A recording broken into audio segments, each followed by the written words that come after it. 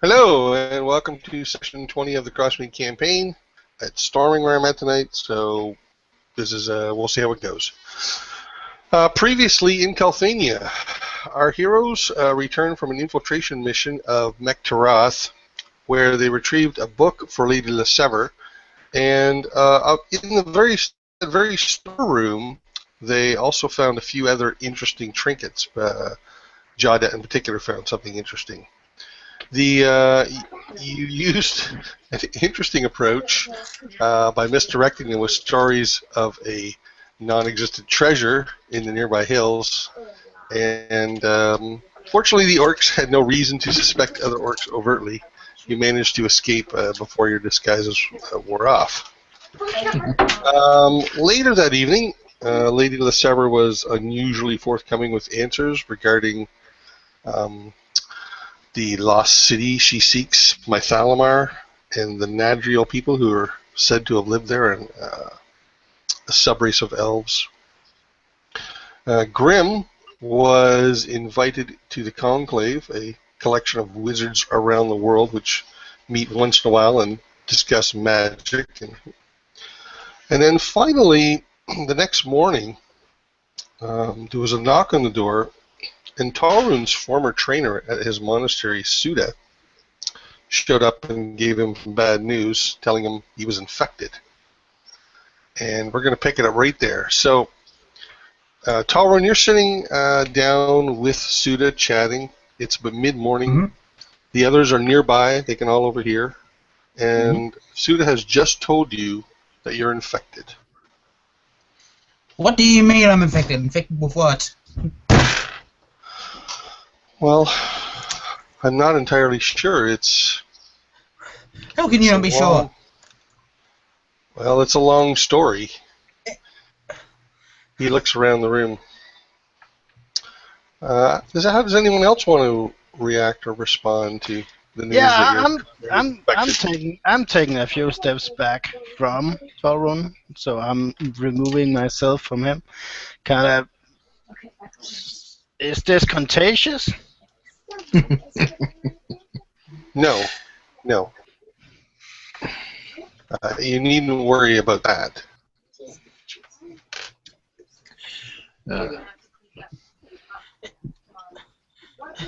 She looks nervous at Grim, and Jada kind of like almost asking with her eyes, "Can we trust that?" And she kind of covers her mouth. Yeah, I got open my mouth to say something and then don't know what to say and close it again, and I sit back down with the sausage on my plate and watch. Suda's looking at you, Tauren. Start explaining. What's going on? How much do you want me to? I don't know. Your friends, roommates? Both. Neither. Both. I shout over. It's complicated. Business associates.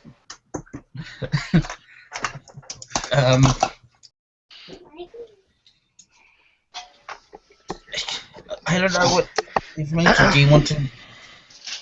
Should we go somewhere else? But Bella still holding her arm up over her mouth, going, "Are we sure about this?" Yes, you're not. You're in no danger from infection. It is up to you.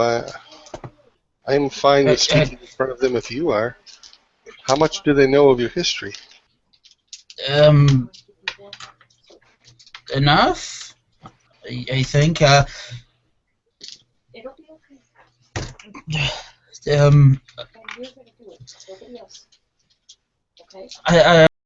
just explain what this infection is.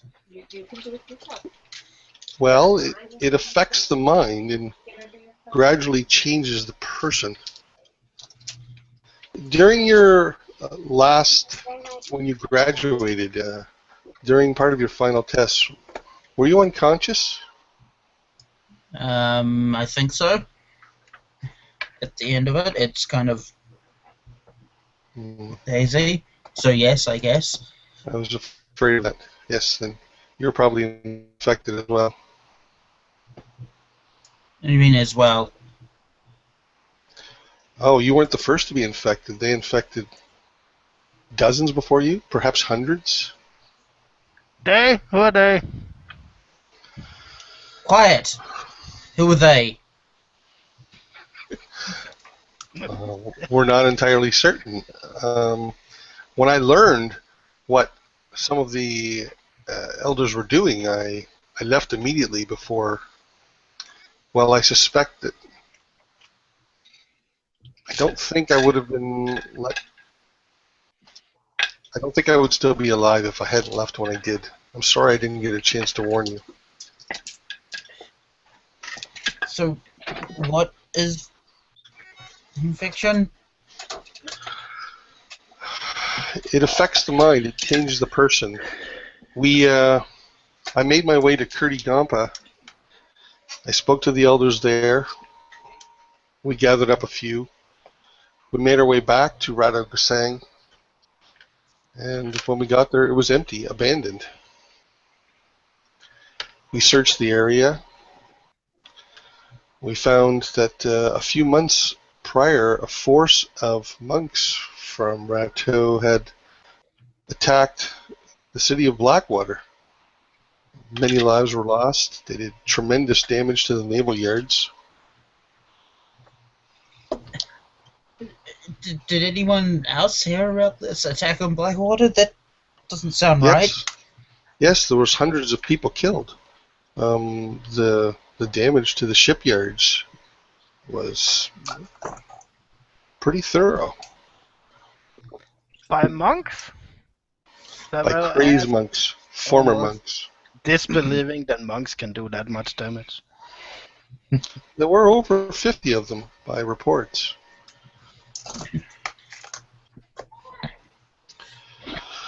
After that, we most of the force that went to Ratodjitsang returned home. A few stayed with me, and we continued the search. Okay. That's very interesting. But the infection. Let me get to that.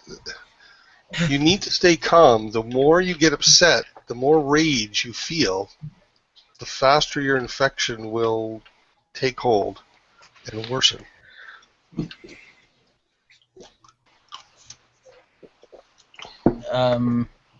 Okay. I'll try to be calm. We searched around for several 10 days afterwards. We found a few monks that were not part of the assault, but had been affected. Some were dead. Some had been arrested for murder. We found a few alone, babbling. We managed to bring 3 of them back to Kurtigampa to be treated. The elders there did their best, but knowing so little about the cause, they were unsuccessful.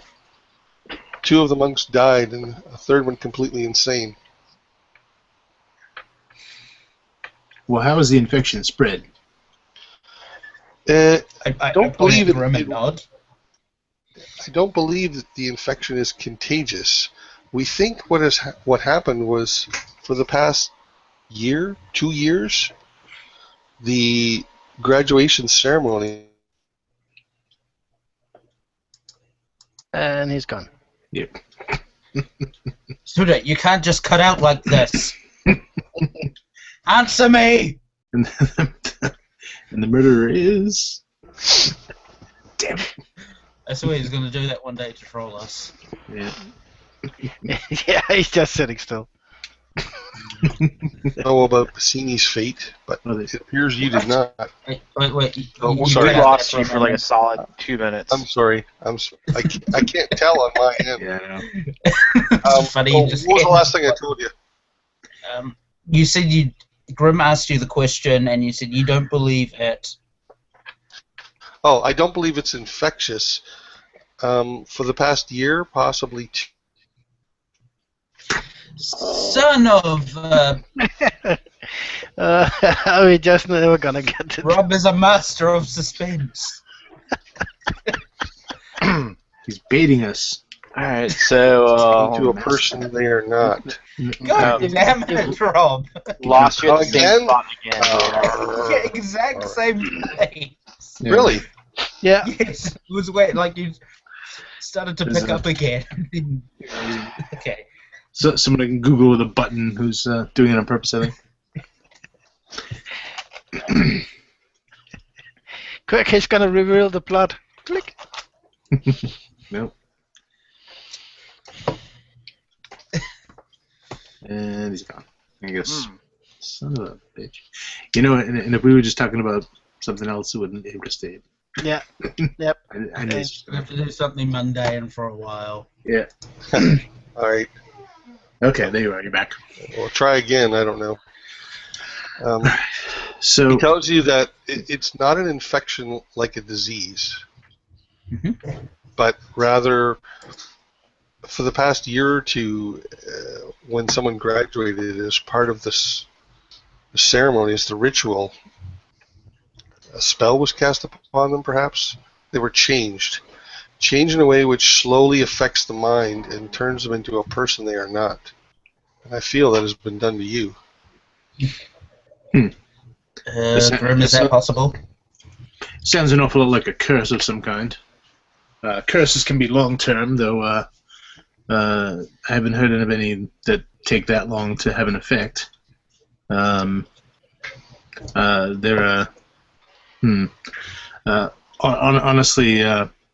Jordat would probably have more experience with dealing with curses, depending on its origin. If it's arcane in nature, I could do some research and see about see what undoing it. Though, unfortunately, Crossmeet is somewhat lacking in scholarly archives. And what? Knowledge about curses? Isn't that a good thing? I mean,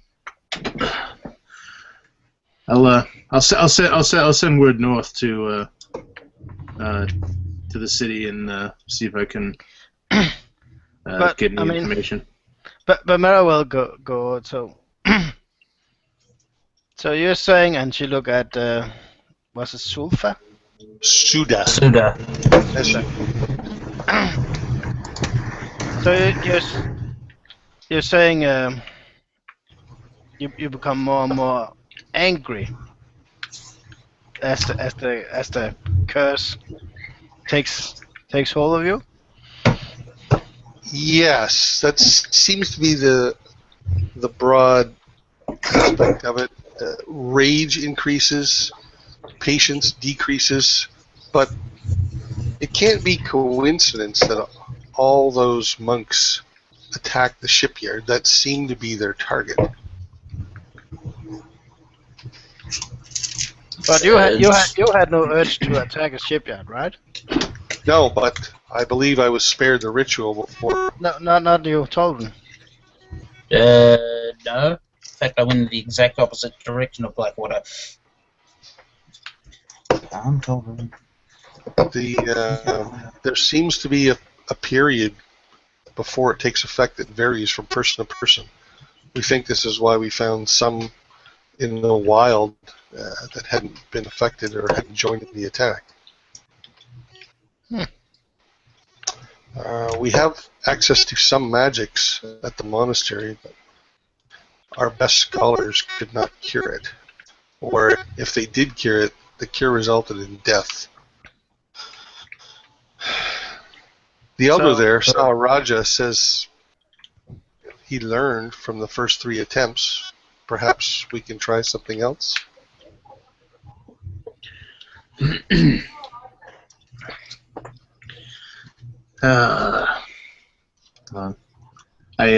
I go over and I get out my book and I begin pouring through it. Wait. I mean, so let me get it right. As long as we make sure that Torun isn't agitated, it won't proceed further? No, I think it is inevitable, but agitation seems to accelerate. Okay, well, here's a suggestion. We could artificially influence your mood to keep you more mellow, First one's free.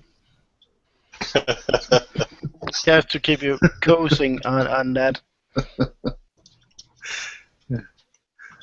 Because you have been awful angry lately. No, I haven't. Who says I had? Tell me, I'll beat them up. Yeah, beat them up. But Grim has connections to the local pharmacist. Hmm. The Yeah. So we can get you some medicine that will keep you mellow.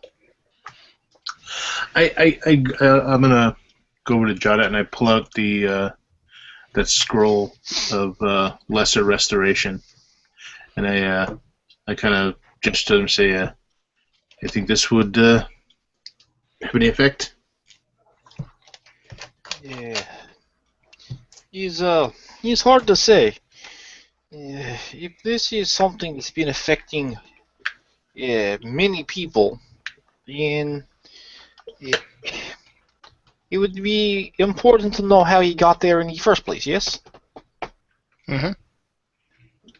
Because if it's something that a small spell like this can fix, it would think that maybe there is a person there each time doing this. But if it's affecting multiple people, it's not probably some person, and therefore I don't know if a spell like that would work.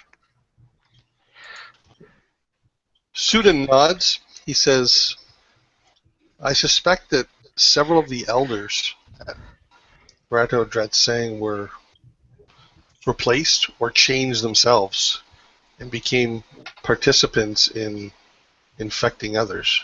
Then where did they go to acquire this? I don't know. But hang on.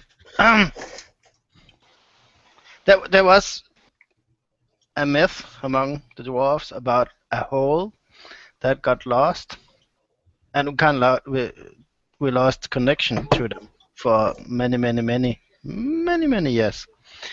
And when What does a lost hole have to do with this? well, it turned out that they had been. How do you even lose a hole? Well, you don't ride. You stop riding each other. Trade stops. No one goes. I mean, dwarves don't move that much, so when you don't ride, you kind of lost communication. That's not the point. The point is that they were. You want to hear the story or not? No. Okay. So they were kind of what's the word? Controlled by demons.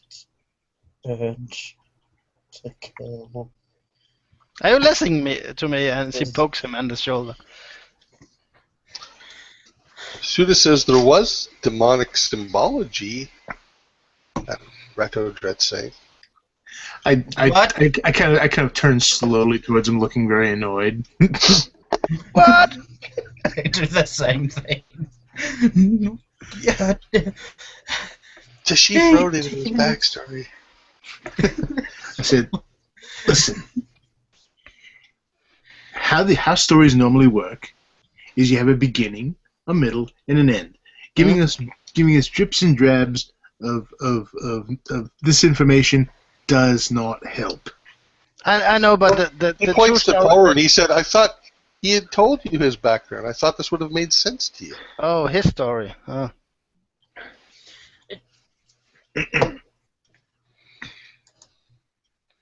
Suda looks confused. He looks at Grim. He looks at Toru. All right. Just tell me about the demonic runes. No, they're not runes. some of the symbols in Rato Dretsang are similar to tiger symbology, but others are more like demonic symbology. Mm-hmm. It has always been that way. I was at the monastery for 10 years. Hang on. No troubles. Pamela will go in and get the burnt book that had infernal writing in it. And she'll flip to a page with some scribblings on it. Kind of like this? No. No? I don't recognize. He starts flipping through the book. I don't recognize any of these. As I said, I lived there for more than 10 years. It was fine. It was only in the last year or two before Torun left, before I left, that I began to suspect something was wrong. I don't know what changed, but the symbology was always there. Well, it doesn't mean someone didn't kick over the wrong rock or open the wrong hidden chamber or say the wrong words in the wrong place at the wrong time. They're not Admittedly, wizards. I don't know the reason why.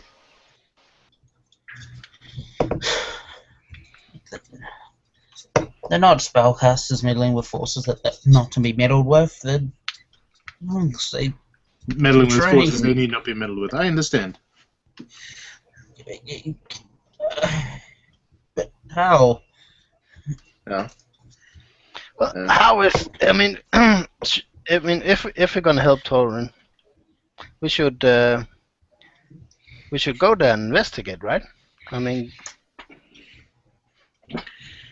Well, we could be dealing with some sort of I don't know, possession in the mix for all we know. Not. I know. I think it might be best to go to Kurti Gamba first. At least the elders there can tell you what they have learned. Ratodrat sang when we were last there was abandoned. How abandoned? Everything was cleared out? I mean, I know there wasn't a lot of stuff there, but still. Mostly, there were still a few cots and blankets. Things of no consequence. Sorry. Well, I think we should go do that. And for safety measures, I think we should medicate him. It's not such a bad idea. If we're going to this to not irritate me, are we also going to gag Balmera? Why do you want to gag me? I'm the one with all the smart plans and all the nifty inputs, and I can even do a live with Jake, as he kind of does a little dance move. I snapped the fork I was holding for eating breakfast. But if it would help you, I would limit my output. Clever remarks. Yes.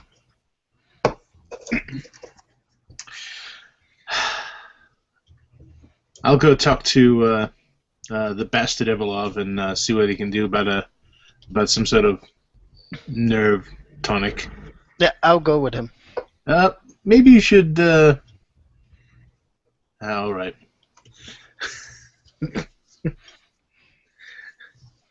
All right. So I'm gonna head over to Everlov's. Yeah, So- I'll stop you as soon as we're out. Yeah. So Suda looks at Tower and are we staying here? Perhaps there's something you wish to ask me? He looks over at Jawdad, who I'm assuming is still there. Mm-hmm. So, what happened to Bassini? Did he come down with the same affliction? Is that what happened? I don't know. You don't know? No, I've not seen Bassini since before I saw you. I just slammed my head on the table. So to find my friend has yielded in thus.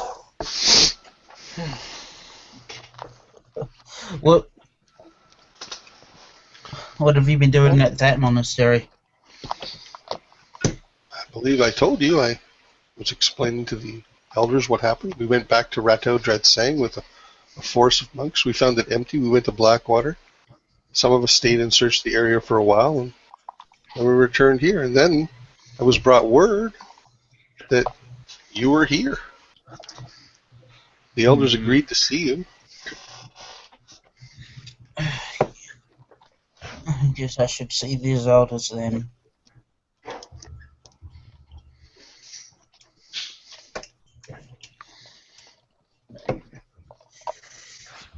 Oh. How long did the other people have before they became too far gone? So, Suda suggests that you take some time to think it over, Telrin, your next action. You're not in any immediate danger. And then he goes, and we're going to jump outside to Balmer and Grim. And so you guys are outside the door walking to Evelop's? Yeah, we're just heading right over there. Straightening my hat. So I don't want to go to Avalot. Okay. I want to go to Slag Pit. I want you to buy something there. No, I'm going to Ebelov's. But he's so expensive. I mean, they have stuff like that there. I mean, my mushrooms will calm down. Also, I can't. I mean, if you're going to the Slag Pit anyway, maybe you could pick something up for me. She kind of shuffled her foot. I think I may have made some remarks last I was there, so I'm not sure I'm that welcome anymore. We can get supplies for you before we leave town. Okay. We need to take care of Torun first. If he goes batshit on us, we need to be able to calm him down. I know. All right, so I'll say well I'll continue to walk over. We'll continue to walk over there. Okay. I'll just run along. So yep. Yeah, let's go right up the steps. Open the door. Yep. So you're at this octagonal store with 3 windows facing you. 2 of them are curtained, and the rest of it is solid wood with a little back piece. You knock on the door, it's locked, and you hear Evelov's footsteps, and eventually he opens the door. You see him there, 50-ish, stand straight, clean, reddish silk robes, a cane, short hair, trimmed beard. And he opens the door, ting, ting, ting. Oh, greetings. If it isn't the heroes of Crossmeet, what might I do for you today? Not a big job today, I'm afraid. But we are looking for something of a nerve tonic to ease someone's temperament, calm them down a bit. We have someone who's suffering some rather distressing anxiety, and wish to just keep him from losing his head a bit. So he has you enter his store, and he locks the door behind you. Mm-hmm. Yes, certainly there are plenty of ills in the world, reasons one might want to escape it or turn down its noise. How long lasting did you want this? It needn't be particularly potent or long lasting, and definitely not looking for him to escape. He's got to be able to function and go about his business. So something a bit on the smoother side. Very well. So he starts going. He goes over to one of his many boxes that he keeps on his many shelves along the back walls. He pulls out a box and he rummages through and pulls out a small flask, which is pretty dust-free. Mm-hmm.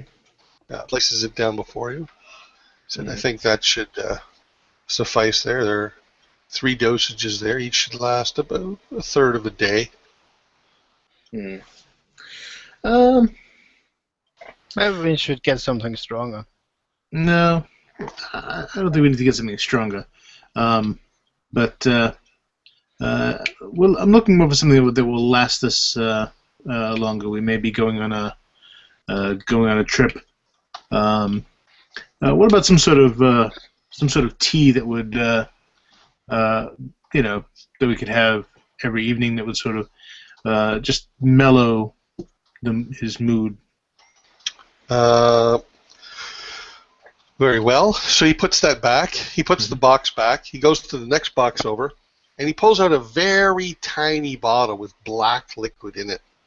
He says, "A drop of this in his tea should assure him of a restful night's sleep."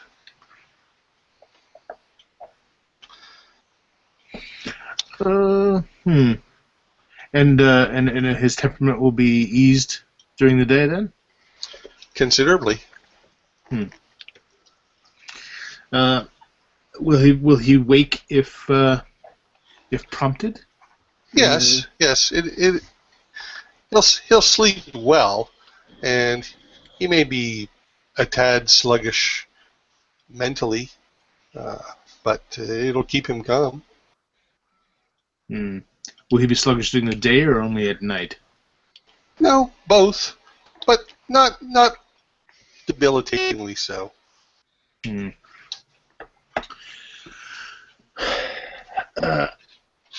how much is that one? It should last him 5 days, perhaps a week. So we say 5 crowns. A fair price for the heroes of Crossmeet, after all.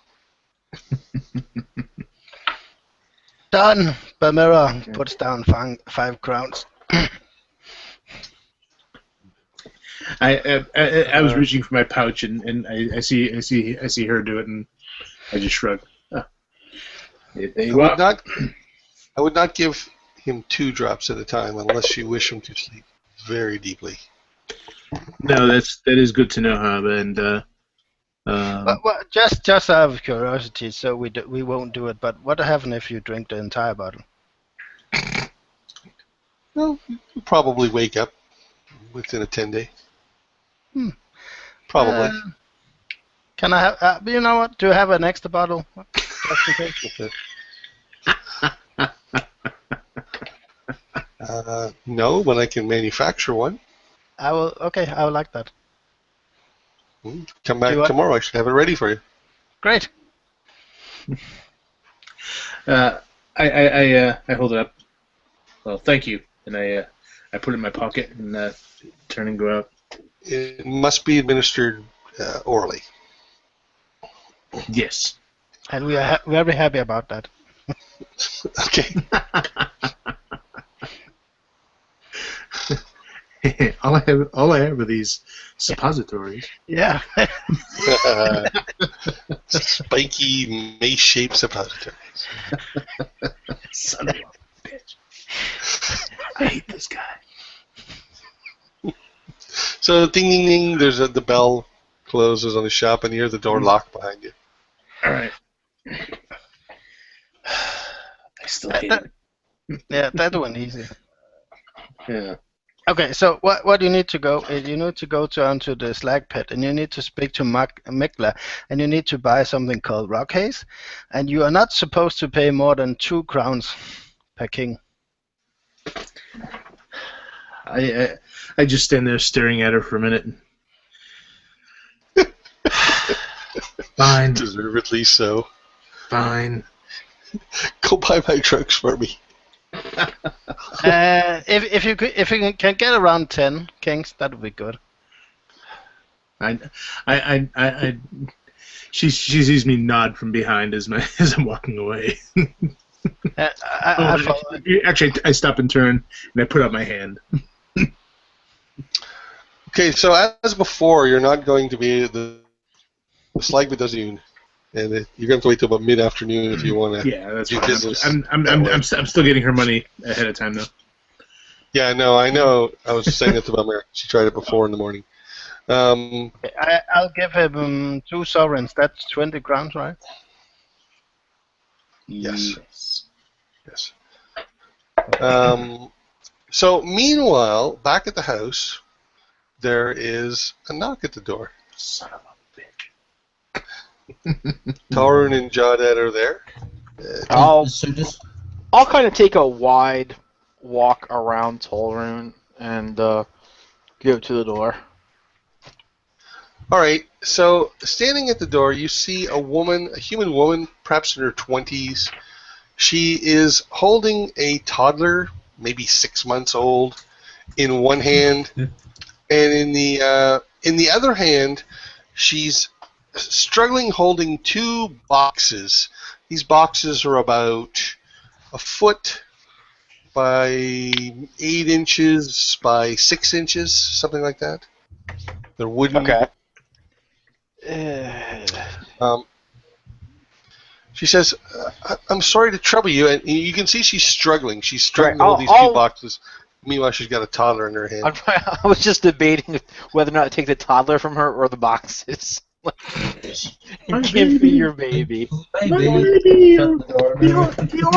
The orc took my baby. Right. So I'll reach out and take the boxes, or at least help her hold them if she's not going to, release them.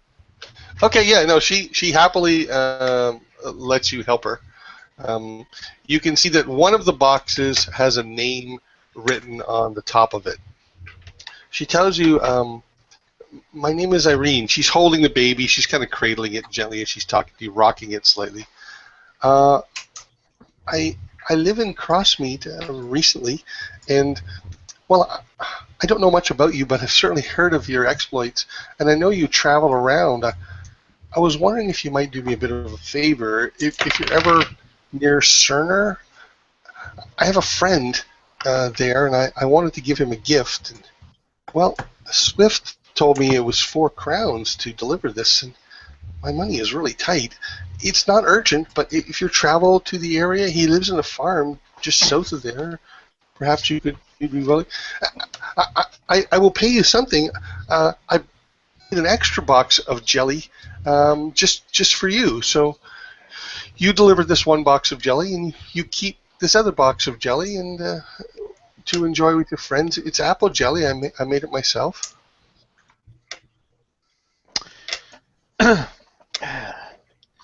So I look back in at Tolrune, and then I remember the lecture I got about the last time I accepted some sort of mundane job and how we're not errand boys and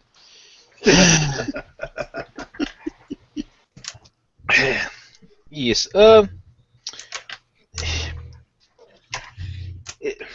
Irene, just a moment, yes? Of course. She's standing there. So now remember, it's snowing. It's cold out. There's about 8 inches of snow on the ground. All right. Well, come in. So she comes in and she looks around. She frowns slightly, and then she sits on a couch.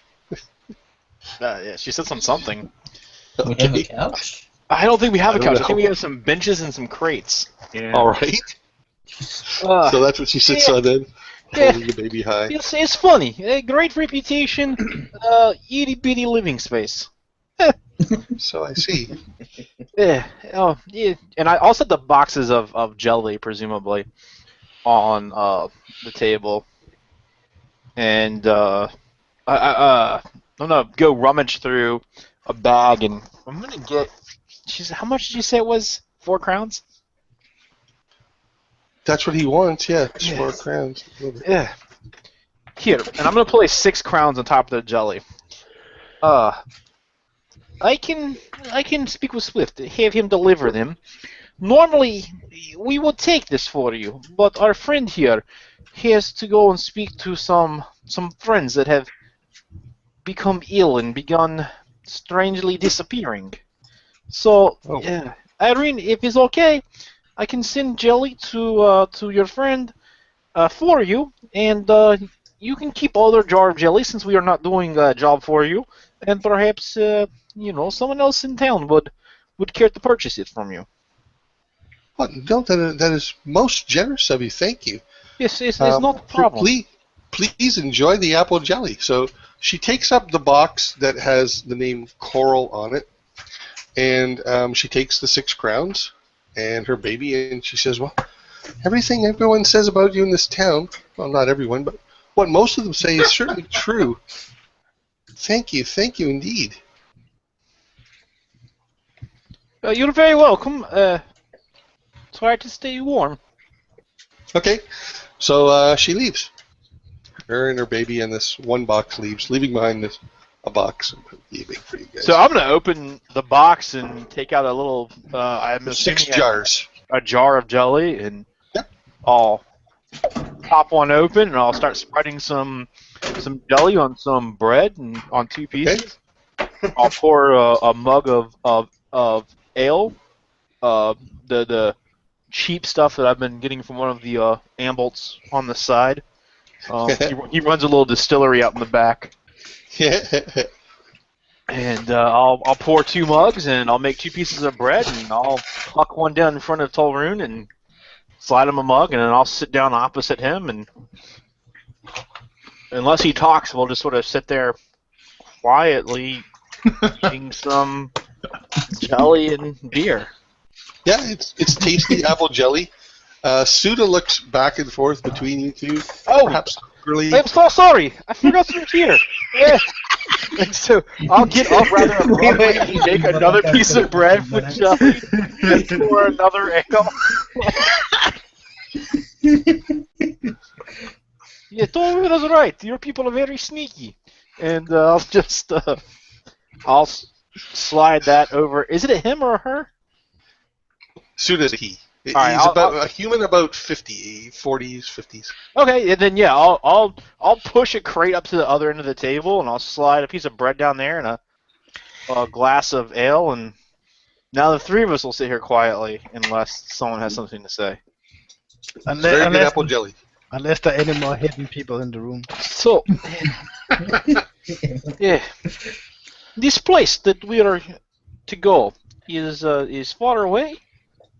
It is about a full day's ride. That is to say, a full day.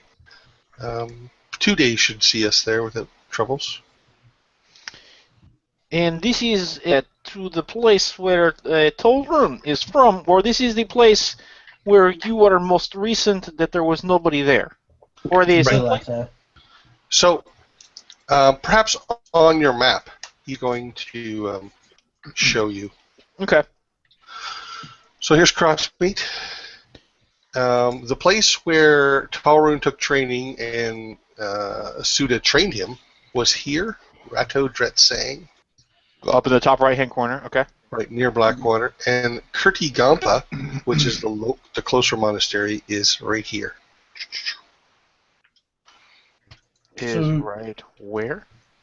Here? Okay, hold on. Okay, sorry. You said here faster than the map moved for me. And I was I'm sorry. Confused. No, I got it now. I see problem. it. Next to the... Actually, that's kind of out in the direction we were previously, right? You guys were actually here when you explored that area. Right here. Huh. Funny Tolroon didn't mention that. Yeah. Oh, I didn't know. Tolroon didn't know about the place. Yeah, but we don't know that he didn't know. Fair enough. So, yeah. I'm gonna kind of lean in across the table. Yeah, if there are problems, and I'll point to the map here, is it possible related to the weirdness here? Maybe it is about 10 miles away on the other side of a ridge of mountains. There is strangeness there as well? Yeah, he's some call it strange, some call it other thing. I'm not sure how much I'm supposed to be telling you. Oh. No, it's... You can trust Suda. So, there is a large cave that was once a school of magic, I think, perhaps, there. Oh? It's been a long time abandoned. Interesting. who lived there. Yeah, I don't know. yeah, we don't know. Yeah, he's very old. Perhaps related to the Eladrin or something. There's another name of people like elves, but not elves. Hmm. But they do have a very big telescope. I can ask Saharaja about it. He may have heard of it. Oh, well, yes, if you could ask without, asking. Uh, If you come to Kurtigampa with us, you can ask him yourself. I think we are all planning on going. If something is afflicting our friend, then we will help him. And if you were to get too possessed by this demonic evilness, then it's only fair that his friends be the ones that put him down. What? Suda smiles, and then whoop. It drops. I think you have chosen your friends well, Torin. He looks at you. Have I? Well, Torin is a formidable opponent, and if he were to go mad with anger and unrestrained, then something would have to be done. Torin nods like he accepts that answer a little bit. Strangely. Yeah, sure enough. So, tell me, Suda, Maester Suda, Suda is fine. how long did you take to train Torin to punch pigs? It was the better part of a year, as I recall. But physical training is not all we teach the monks. We try and imbue some wisdom into them as well, philosophy.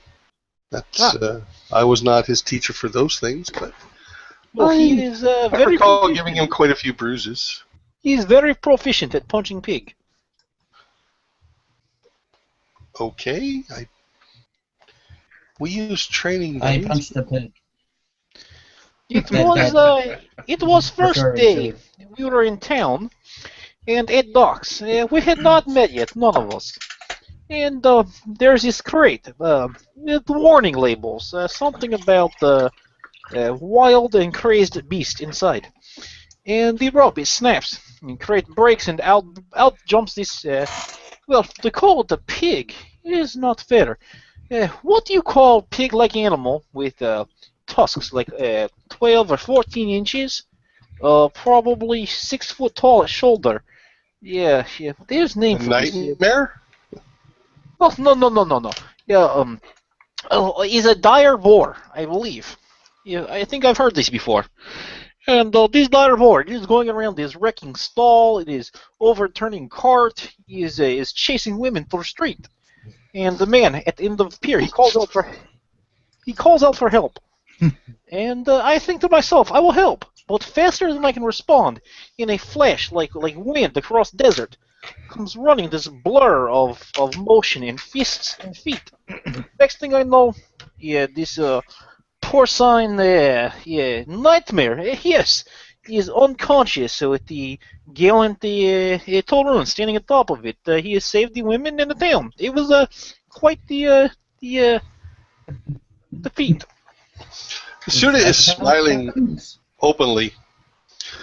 Well, he and Bassini were my two best students. I'm proud of you, Talrun. Perhaps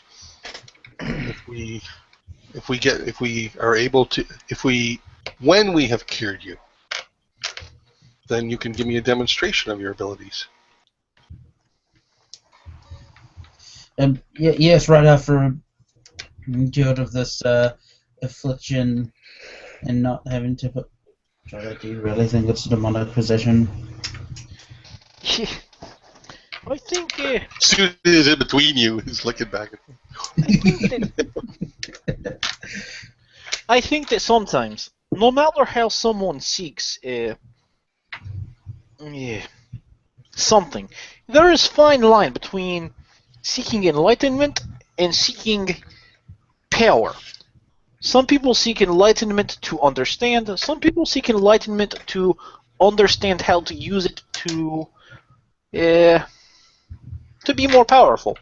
I think that if someone in one of your mountain schools stumbled across something that he thought was a shortcut or beneficial, or perhaps even was worded in such a way that he thought there was enlightenment behind it, if he studied this and then perhaps taught it to somebody else, and this was a corrupting force, whether or not it's demonic, I do not know, but it sounds very, very evil. Anything that would take someone and push them to constant desire to kill or hurt, I think that most society would say this is bad and evil. Hmm. We have termed this in One- the South. Many orcs are this way, driven by pure hatred. Is a strange situation. You are mad because, as an orc, you must rape and pillage, and then people respond because you are raping and pillaging. Now you're mad at them, and they're mad at is vicious circle. So yes, society thinks that wanton violence and killing is bad. I agree. If this is the case and it is doing it to you without your consent, then I would hope it's a possession. Yes. It would seem, Tom, Yeah. you have aligned yourself with wise friends. I approve.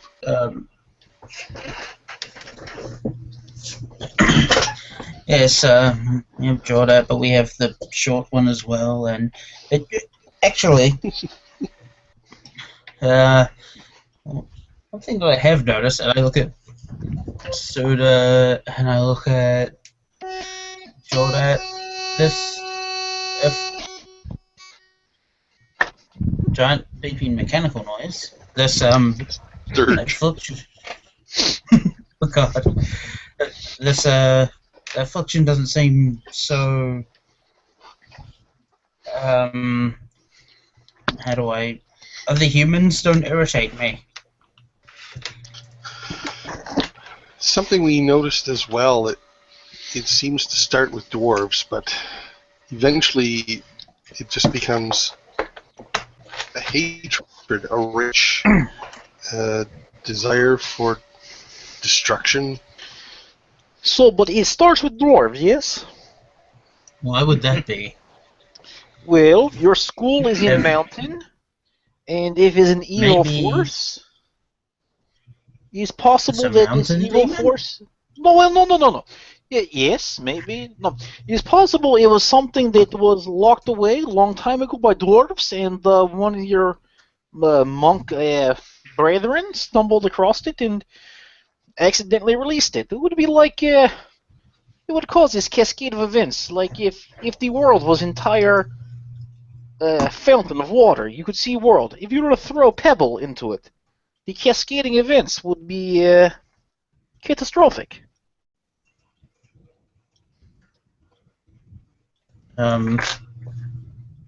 Yes. But why wouldn't it have anything to do with humans? Yet. Yet? Oh. Many humans in Blackwater were slain.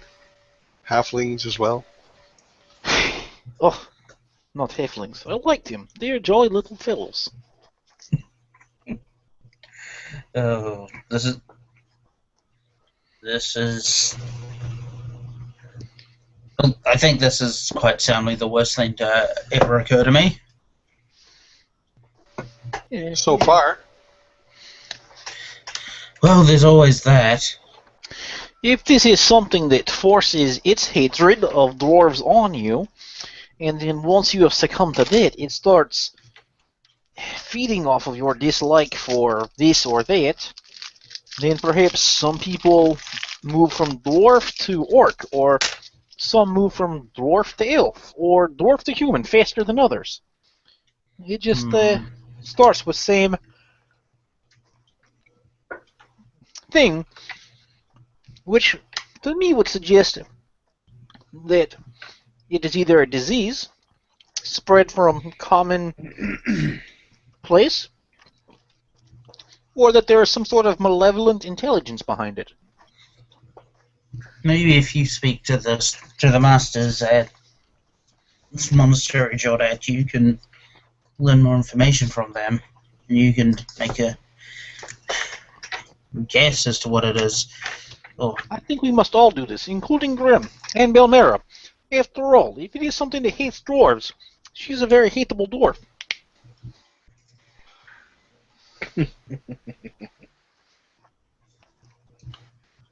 indeed. I haven't known her long enough to form an opinion, but No.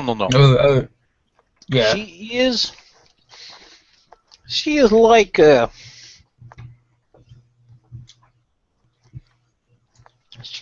chisel or like sandpaper. It's very abrasive, but useful. And when used in the proper way, it's helpful for creating even things that are wonderful. smoothing out the rough edges. Or stabbing the rough edges in the back, one of the two. Oh, Hmm, see. maybe a chisel without a handle would be a more apt metaphor. No, she has handle. It's just that she is afraid to share with you and us what that handle is.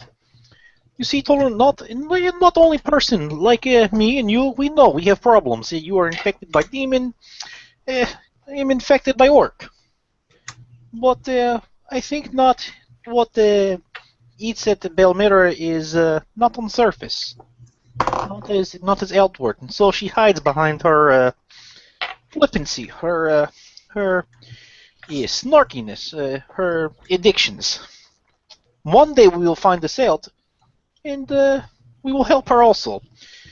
Unless it's murdering all gnomes. I do not want to go that far, but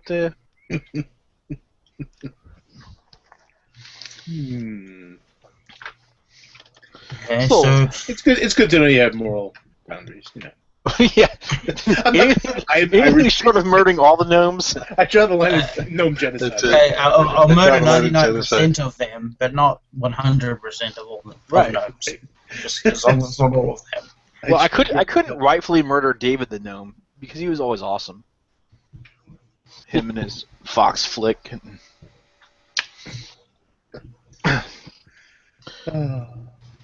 So, meanwhile, outside, I assume because obviously if the place isn't open yet, I don't have any other business out. So okay.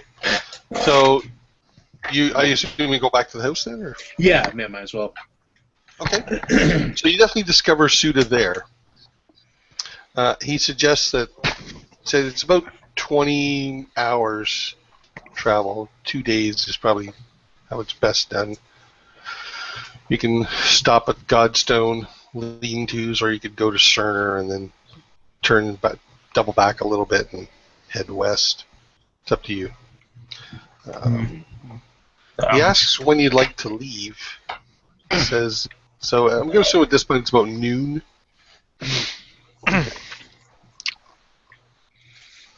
Well, Perhaps. I think Belmira wanted to pick up another dose of this this draft that I acquired for you, Telrune, which will be available in the morning. Oh, so we should leave tomorrow? I think so. Oh, when did we get apple jelly? It was a few moments ago. A young lady stopped by asking if we could deliver apple jelly to Oh, Cerner. she takes a crate and takes one of the cold swatches and dips it down in the jelly. I paid for shipping for her package rather than us having to go to Cerner. You know, didn't we promise to go see a cat in Sterna at some point? Yes, there's stuff we must do up there, but I figured At making some point. sure that the total room does not turn into some sort of murder demon is more important. This is good. Oh, have we established that he's going to be a murder demon now? It seems that as the process progresses, he will hate more and more and more until he's driven to perhaps kill everything. Uh-huh. Bamera will sit eating her sausages with apple jelly and nodding. It's very good. Well, that's excellent. Oh yeah. Did you have the potion? What do you mean? What do you mean that I have it? I have it with me. Yeah, I haven't tried it. I'm not going to try it. No. You need to take a drop every day in a tea. Well, not necessarily every day. Generally speaking, it helps you. It helps you to get a really good night's sleep, and the next day you will feel significantly less stress. Whether dwarf induced or not. Right. So that potion that you have on you. Yes. So what's the one that we need again in the morning? It's another one. This is only good for a certain amount of time. He only had the one, which I'm sure we could stretch. But if we could get the other one, it would probably be worth the effort. Okay. I also have some herbs as well that we can use for some nice tea in the evening. When we sit down for the night, and you can have a little cuppa. You'll feel much better. Okay. Would you like one now? Sure. So I'll go over to the kettle that's always sitting over the fireplace. Kind of feel the side, and I fill this little clay cup that I have. I'm reaching into my pouch. I crumble up some dried leaves and sprinkle them in it, and swirl them around a bit. Okay. Good. Oh, yeah, I'm just going to ask if you're adding a drop of this stuff or not. No, not this. No, it's too early in the day. But I say this is some this is chamomile tea. It I think you'll enjoy it. The chamomile is really common in these parts, and I forget the local name of it at the moment, but well, try it. I drink it. I'm going to have a Grim make a performance roll. This isn't going to speak to its effectiveness, just its taste. Well, I'm not trying to sell it. Let's see, 15. Is he trying to get the placebo effect to work? So he just... No. Actually, chamomile does have relaxing effects. So, yeah. Let's see. But I never tried to convince him that I was using the medicine. This is a performance roll. This is just for taste, not for effectiveness. Oh, I see. 16. So it's not bad. It's good. Well, it's just relax near the fire, have your tea, and why don't you take it easy today? We'll make the plans for the trip. Okay.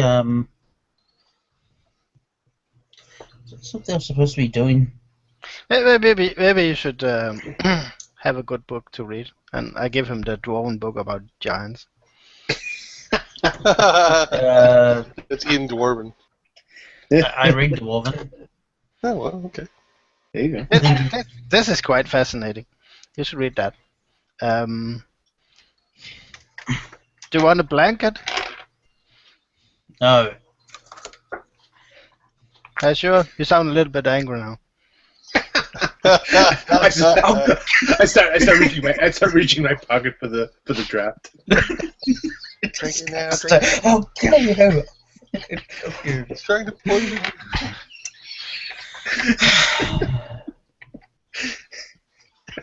All right, so I'll go and talk to Jodette. Then I say, now, do we need anything for our beasts to get ready? No, they are fed. We have food for them. I go over to the cabinet and open it up and check our stores for traveling. Kind of do a quick inventory. You have plenty of stores for traveling.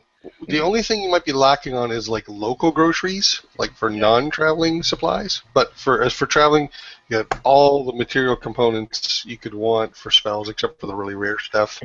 You've got extra rope. You've got all kinds of extra feed for the animals, all courtesy of the lady. Yeah, I mean, I was looking for just traveling food at this point. You got plenty. Yeah, I'm not as worried about our day-to-day stores because if we're gonna be on the road for a week or something, then it'll just go bad. So, all right. When I check it out and I glance over at Jada and give him a nod, we're good. Oh, by the way, Rob, that chain should be done around now, shouldn't it? Yeah, it could be. Or maybe you gotta wait till tomorrow.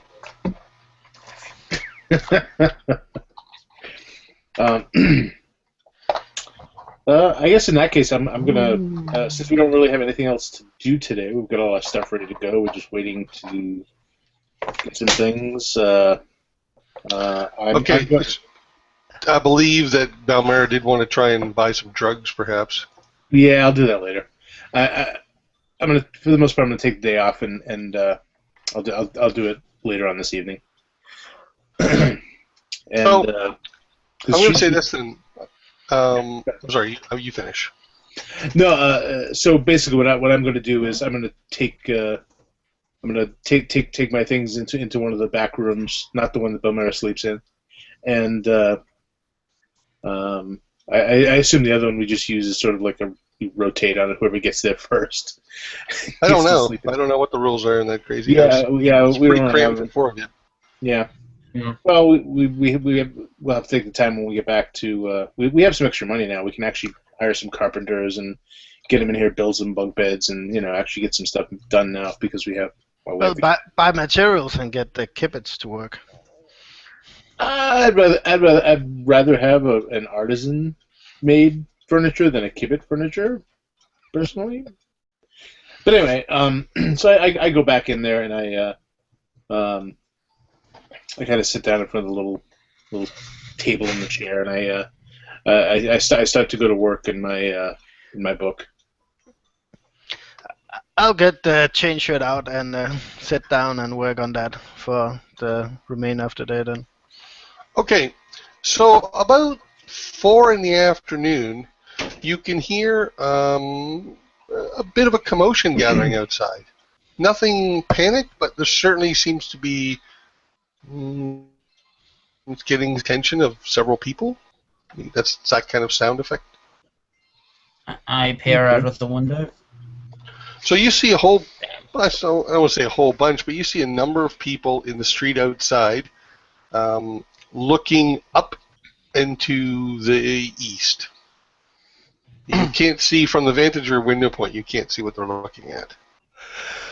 Some are pointing. Oh, please let it be Evlov's place burning. Wrong direction. I thought it was east. No, Evlov's is south of us. Oh, is it? Okay. Yeah. Oh, well. After you have to pass the free to get to it, I think. Yeah, so I'll step outside and look at what they're looking at. Okay. Does anyone else want to go outside, or just Taro? I will. I probably don't know because I've sort of closeted myself away while I'm working. So yeah, if I see them go out, I'll go out as well.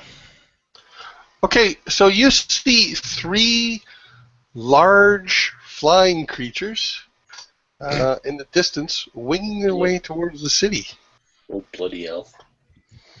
Yes, so she found her hippogriffs. Great. Griffins. Yeah, whatever. Damn it, Belmero, you shouldn't have ordered those griffins. The crowd starts murmuring, many of them worried. Some mention dragons, some want to know what it is, what it means. Well, I hear the south is nice this time of year. Dragons. Huh. I try to get a better look at what they are. They don't actually seem dragon-sized, do they? How? Squint? How do you try to get a better look? Oh, no. Just try to figure out what they are based on what I can see of them. You pinch the eyeball and then you kind of zoom in. No one else knows I'm a He's got a CS eyeball. I cross-reference the data and zoom in really close, and yeah. Extrapolate from the information we have and get perfect resolution. So, from this distance, you can't be sure, but you can be sure that they're a lot bigger than birds.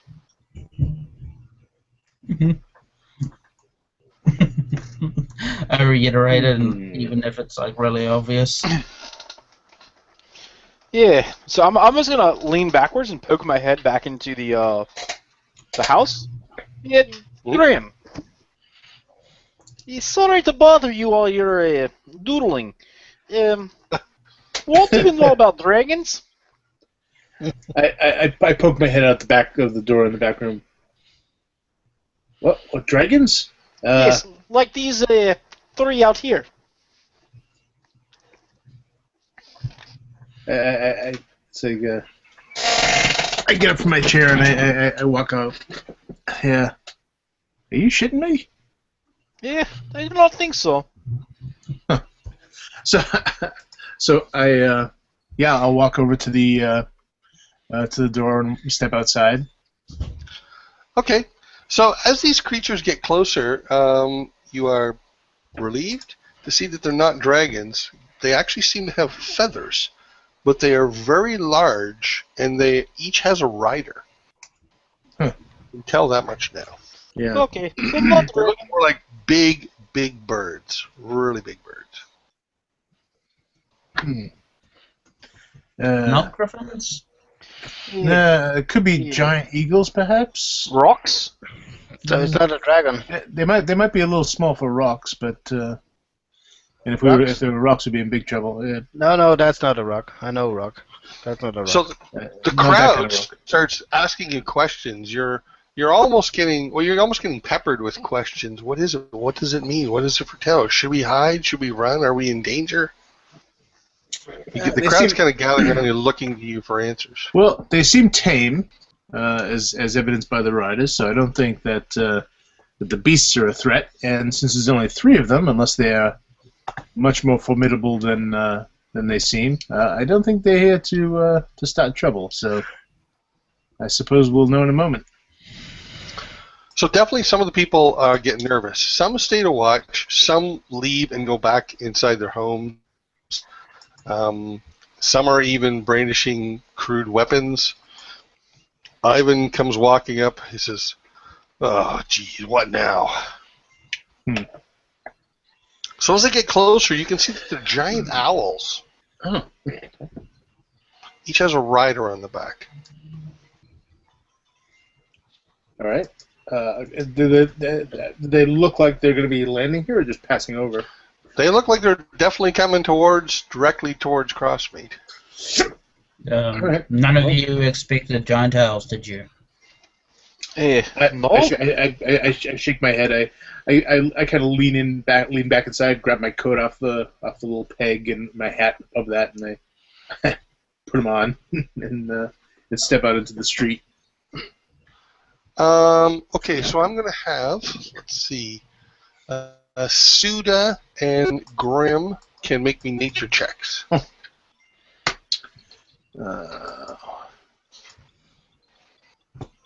you asking someone to roll for Suda or Nature. I'm sorry, I didn't mean Suda. I meant Jawdat and Grim. I'm sorry. I was like, okay, Rob, roll. I'm sorry. 13. Okay.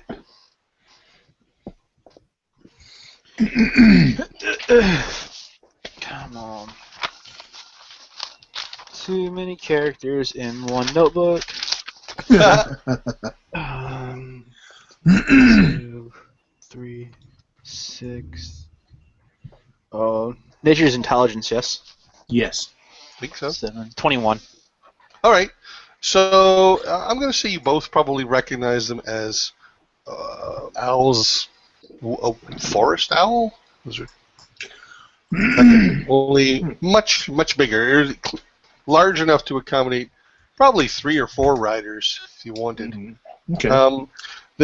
They come even closer to Crossmeet, where you can start to make out details, and you can see that they're brown and white, rather flat faces, but with fairly prominent, certainly sharp beaks. They land just about a few hundred yards down the road. Ivan looks at you, and some of the crowds are all looking at you, and he shrugs and he starts walking towards them. Yeah. I also will walk that direction. Yeah. Out of curiosity, is it in the same direction as the halfling who does do the exotic rides? Yeah, Ferris, Amberleach. Ferris, yeah. They land a little beyond her place. Okay. So, I just thought it was one of those. You never paid us for our giant owls. Ferris is here. The owls land around here. Okay. Wait, where's here? I'm sorry? North of Churchill Mews. Okay. Yeah, I'm sorry. Too fast. All right. Right Okay. up here. I got you. Okay. Well, yeah, I straighten my Your guys' hat. And house is here. yeah, I'll straighten my hat and start walking over there too. Yeah, Alright. I started jogging over there. So as you get closer, you can see that the 3 riders are all elves. Yeah, I figured.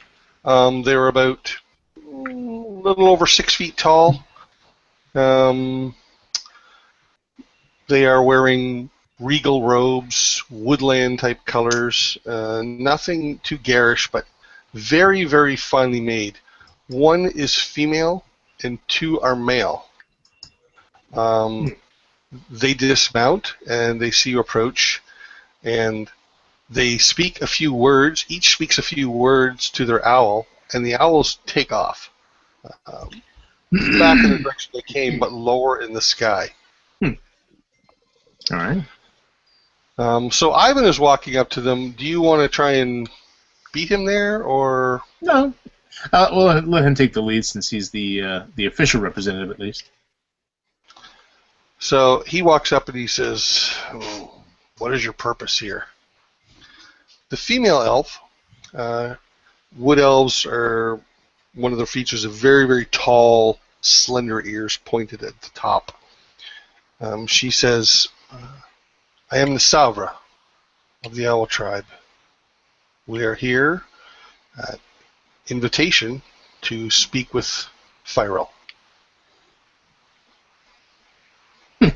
Another of the elves is much taller and broader, and the third is slender and actually shorter than the Savra. Okay. All are eyeing you up. Yeah, sizing you up. So they're just here to visit a friend? Okay. Now, this is extremely rare. Wood elves showing up outside the forest is pretty much unheard of. Yeah. Phyrel was an odd exception. Hmm. So she says, "Where is he? Well, can you direct us to Phyrel?" And Ivan says, "I don't know where he is." Lady was this place, right? I kind of whisper to my companions. Last time I heard, yes. So tell them.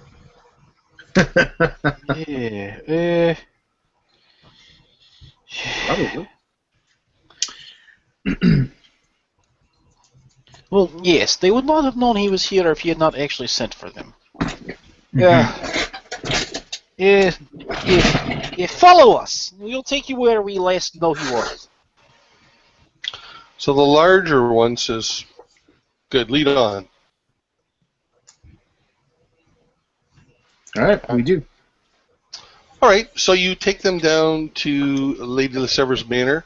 There's kind of a crowd following at a distance of about 20 or 30 citizens. Most of them are either teenagers or 50-plus females. They definitely seem to be keeping their distance, though, from these three elves. The tall one, he glowers back at them from time to time, but the short, slender one, he turns back and smiles at them infrequently. All right. When you reach Lady LeSevre's manor, Bade opens the door just before you arrive at it. And a surprised look is on his face. Yes. We're here to see He's fire not roll. expecting company. Yes, well, apparently not, but a fair fire roll, he perhaps was. Look what we brought. I will inform the lady immediately. Yes, thank you. The large one, he turns to you and he says, "Thank you. That's all we will need." All right. No problem. So The female let's- says, "Thank you for guiding us here." Yes. The slender one says, "I could have found it." Well, that's all well and good. If you don't mind, until Fire sees you and says that he did in fact ask you to come here, I will wait. Last people that had a talk with Fire, they were not very friendly. So I will stay here. Once he has said yes, I will leave. So, Bade comes back to the door with Lady LeSevre and Firel, who he's walking slowly, but he's walking. His eyes open wide, and I'm LeSevre, come in. He's kind of stumbling over himself, and the three of them enter to go into Lady LeSevre's house. She says to you, "I will speak with you perhaps this evening." I do want to approach Faro real quick and just take a peek at him and see how he really is doing, like, more like the physician type of. So are you trying to size up his physical condition or his manner regarding the situation? Well, I figure his physical condition and the way he's reacting to it, I'll get a little bit of both, but mostly I don't care if this is his ex-wife or something. I just want to see how he's mending. Is really the. Okay, so one's going to be a medicine check and one's going to be an insight check. Is why I asked. Yeah, so it'll be a medicine check. I'll give you an advantage on the insight check since you know Firel now. All right, so the medicine check is 12, 14, 17, 18. So he seems to be mending okay. Maybe a few more days of rest, and he should be back to decent strength. He's doing okay. He's just walking slowly. He's a little worn still. Okay. I will place my hand on his shoulder, and he'll get that warm sort of desert sunlight feeling, and a little bit of golden sand like my handprint will be reflected in golden sand on his shoulder when I take it away. And I'm gonna go ahead and cast Lesser Restoration on him. Just to sort of give him a little pep in his step. So he flinches just for a second, and then he smiles, and he leans in and he whispers to you. He says, "We can speak later." Okay, and a 25 on the insight. Yeah. So he is. You get a sense of awe, surprise. Okay. Recognition. And is a recognition like a respect recognition or like a pining recognition? Maybe no. It's more like it's more of a surprise, I guess, than Okay. anything. A sense of awe, and maybe just a tinge of fear. Okay. All right. Well, then I'll just give him a firm grip on the shoulder, and like I said, when I remove my hand, there'll be that handprint of golden sand there as I. Well, very good. It's nice to meet friends of Yes. our elf friend. Thank you, Spiral says. Yes. Have a nice Thank night. you, my friends. Afternoon. And so Lady LeSever closes the door, and Bade, he gives like a small nod to you as he closes the door on you. Well, that's an unusual thing. Yeah, but stranger things have happened here, right? So far. I say we. Should we listen in? Why? I think that might jeopardize our relationship with the lady.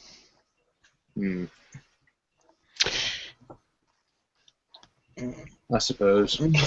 But I do want to go look at those ales. No, they took off. Oh, dang it. Yeah, they flew away. They whispered to them, and they went back the way they came. They may be lingering somewhere nearby, but yeah, they took off. Yeah, those owls were quite magnificent. Shame we won't be here tomorrow. Yeah. Well, I wonder if the ales, they look like they could carry more than one person. I wonder if Firewall could ask for a favor and perhaps the ales would drop us off at this hockey pokey place. You want to borrow an owl? No. From an elf. No. I want them to fly with us. I don't want to borrow. I don't know how to drive an owl. You want them to take us to the place? And just drop us, well, place us down, not drop us off. That would be painful. No, I don't think that's doable. I mean, they put the monastery are very secretive, and I guess they don't want to look at all the attention they got here. They don't want a giant owl flying directly to their place. Yeah, the monastery is not so secretive that they're not about to invite us. Well, I'm thinking unless they're going to hang around for us, then we'd still have a long walk back, but this time we'll be doing it without any gear or food. He's got a point. Yeah, speaking of your monastery, did you tell your master where you went? Sounds like you're all just afraid to fly.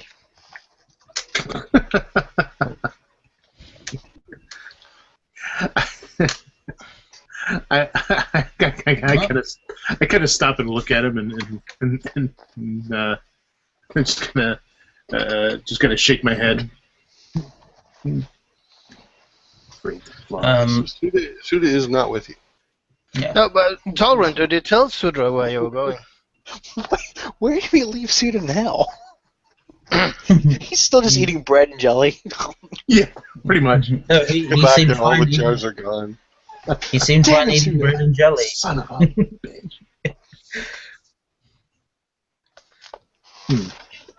Ouch. No. Tolerant, did you tell him that? Tell him what? Where you were going? Oh, I didn't know where we were going. No, I meant that you were going to Crossmeet. No, he left, and I didn't know where he was. So he tracked you down. No, I ran into someone in Crossmeet who happened to be from that monastery who was getting supplies. We noticed each other was wearing similar symbology. Okay. And he told me of Suda. Oh, okay.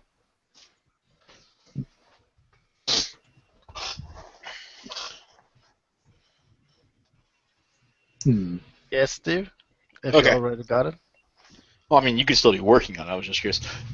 Well then, yeah.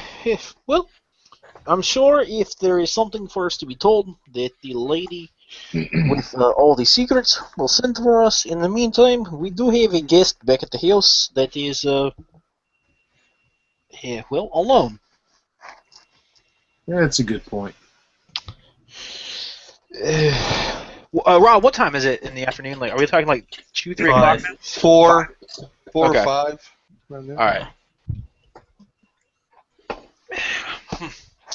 Should we have dinner at the 3 tonight instead of? Yeah, I suppose it wouldn't hurt. We'll Well, it's a nice I meal think before we so. leave. sure. Sounds like a good idea. Maybe even a bath. Well, a bad. Well, yes, but I mean, we do have 20 hours, so 3 days if we travel leisurely, 2 days if we ride decently hard. Yeah, so you will be stinky when we get there. Well, no, but at least we'll static clean. Yes. So, yes, well, dinner and baths and perhaps a drink tonight before we head out on the road to go figure out what is possessing our good friend Tolerant. Indeed. All right. So yeah. So we'll head back to the house for now and see what our guest has been up to. On the way back home, you encounter Ivan again. He says, Leave us alone. what do you know of their business here? You know who that was? It was representatives of the elf tribe, of the elves, the woodland type. They are familiar with Fievel. Viral? They are his friends. He knows them. He sent for them because there is some elf business afoot, and that's all we know. Well, I don't know many details, but I know when Fyro came here 4 years ago, he said he was never going back there. And I don't know the other two, but the woman, some call her Queen of the Elves. No, that's not the case. If that was the case, she'd be really the queen. Miss Abra, she's... So Fidril is friends with the queen. That would explain the very shocked look on his face. So I would imagine that when he sent message back to the elves, he did not say, "Dear Queen, please come visit me." But it is something important enough that the queen responded herself. It's a kind of queen. I don't really understand elven politics. Brogan might be able to tell you a little more. He's known Fyro the most. Ivan, your town is very complicated. Well, it wasn't so bad until you showed up. It would be much worse and wetter if we had not shown up. I ain't complaining, I'm just complaining. We are having dinner and drinks at the 3 tonight. I know you do not work the overnight shift, so perhaps you will stop by, have a drink with us before you go home. Yeah, I'm off in about half an hour. I'll meet you at the 3 in, say, an hour. Okay, that's fine. I nod and follow along. Okay, so when you get back to your home, you find Suda outside of the pen, and he is talking to the animals. He's punching the donkey. We see him letting out Scoot, and then he sees Jordan and runs up. Yeah, he's having a private conversation with Scoot, and then he's like, "Shh, here he comes." He's the one that's been doing it.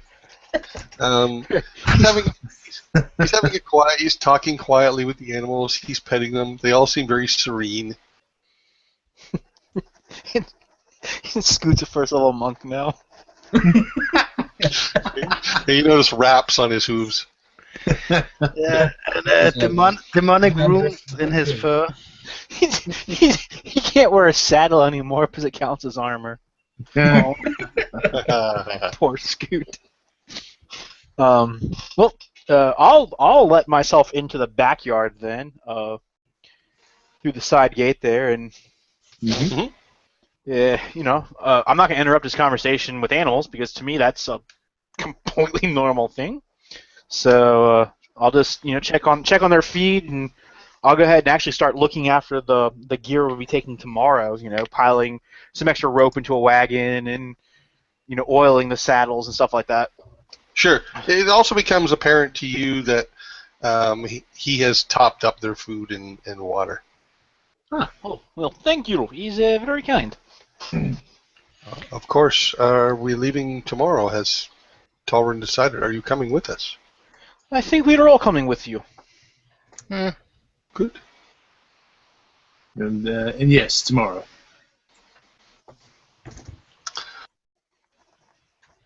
So that evening, you can acquire some more mushrooms. From, Yeah, I'll make the trip to the dark side. Mekla, if you want. Yeah. So. When you go to do that, Graham, I'm gonna give you a note that is sealed, and it's stamped with a wax signet, and I'll explain that that's my family's symbol.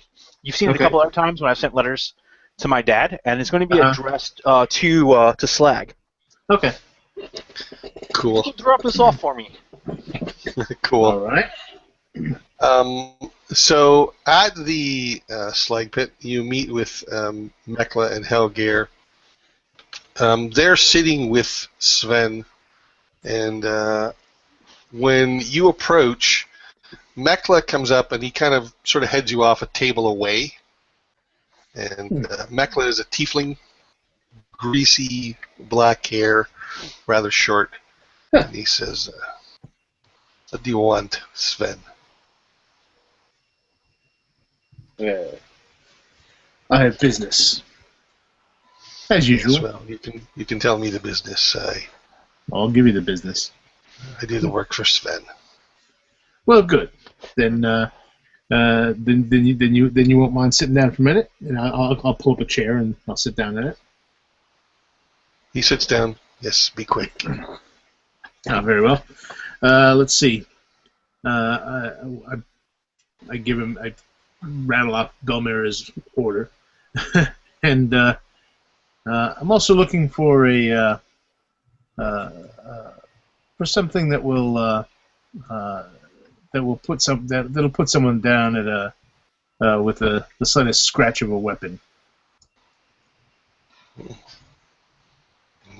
Not necessarily kill him, you understand, just incapacitate them for some time. Why not Sievelov? He makes the best poisons.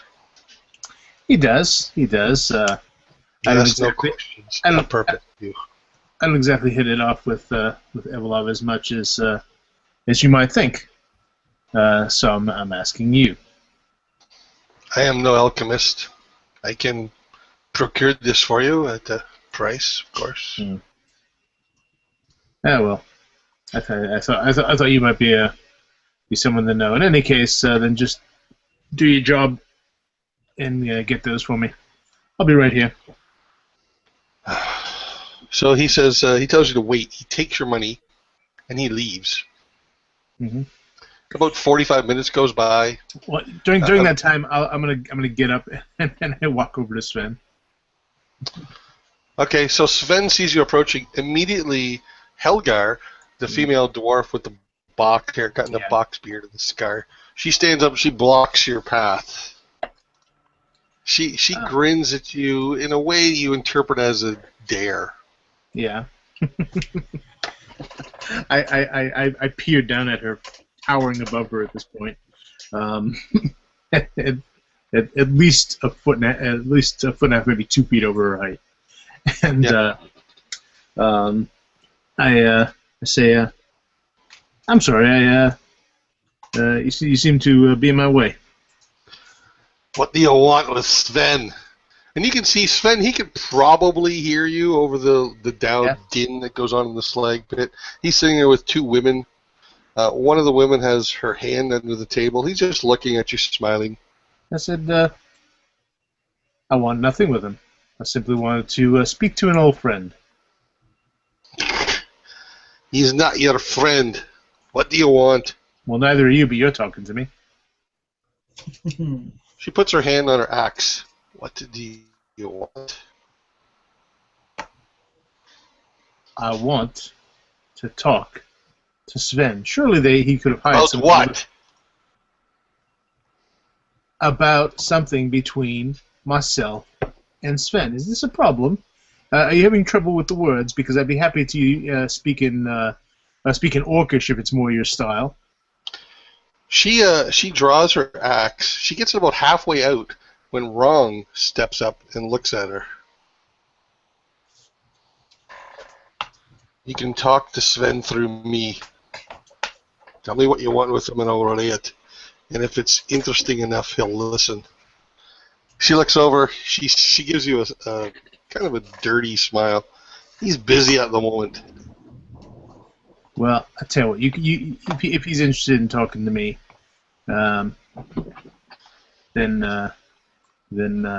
he can come over here and talk to me himself. And I'll go sit back down. Okay. So after about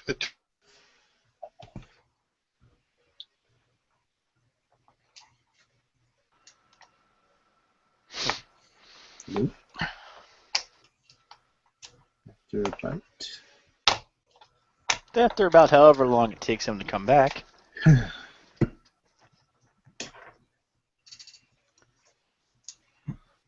This is gonna cut back saying something like, Oh, so I'm back. then you die. Yay! Sorry. Yep. So after a little while, a server comes up to a halfling with a limp, and he's got a bit of a hump on one shoulder, and he drags a foot up to you, and he says, "You want something?" You've seen him here before, but you don't know his name. Yeah. Do you have any infernal whiskey? He walks away from you, dragging his foot. You're not sure if his grunt was an affirmation or not. However, after about 10 minutes, he comes back with a glass, puts it down. One. I put out a crown. He snatches it, slides away from you. About 10 minutes after that, Mekla returns, the tiefling. Okay. And he sits down, and he puts his hand over on the table near you, face down, and you can see he's got something under his palm. Okay. I put my hand. I move it over on top of his, and and with just my two middle fingers, I sort of gently caress the back of his hand, and I lean in and look into his eyes. He says, he gives you a smile, and he leans in a little bit too, and he says, 20.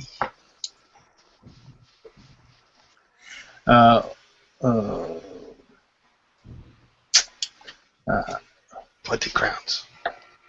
I don't think that's gonna work. That's not the going rate. He grabs the pouch. There's a 10-day there.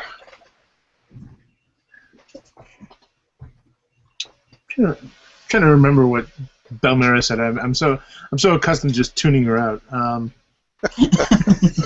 It's just automatic now. I think she said 2 pounds. Yeah, I think she meant 2 per. Yeah, two per king. That is per dose of rock ace. So that is actually fair. Okay. So I say, Do you want or not? It's not my money, so I don't care. Fine. And I'll put down the money under my hand and. So the money quickly disappears, and Mekla gets up from the table and just walks away from you, leaving a pouch behind. Yeah. Okay. Before he gets too far, I'll take a quick look in it. Yeah, so you can see it's full of mushroom caps, Okay. various sizes. Yeah, I shake it around to do a quick survey to see if it looks about right. And I'll stuff it. There's 10 decent sized ones and a couple of small ones. Okay. I'll stuff it in my pocket, and after I shoot back the nearly black glass of whiskey, I go up to the counter and So slick back. Oh, what? I say this is for you, and I toss it down in the bar. A little corner of it lands in a pool of stale beer, and I turn and walk out. He grabs it and he tucks it under the counter. Okay, so Steve, you can let me know at any time what that says. I'm curious. It's just letting. Basically, it says that Kill the man who delivers this. Yeah. No. With 100 crowns to you. It lets him know how he can contact the orc that I sent south to my father, because he knew where he was originally, never betrayed him. So it's only fitting that he knows where he is now in case something happens. Okay. All right. Excellent. Oh, that's cool. Interesting. Okay. I'm gonna note that. While Grim is gone, Balmera and Talrun, are you inside or are you outside at the pen with Suda and Jadet? I'm inside. Well, what about looking outside? Okay. So while Grim is gone, Brogon shows up at the house.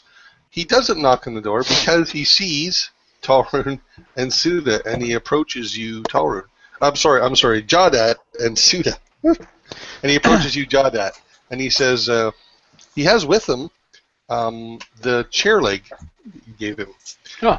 And he hands it to you. He says, as much as I can do for now, unless you want me to make it a long project. As you can see, I've shot up that one end, made it solid. And down here by the handle, when I was smoothing it down, there's some kind of writing there. Might be magical, I don't know. Huh. Well, thank you. It's very nice. You're a friend, the elf, Fyro. Aye. The He's doing commotion. well, I hear.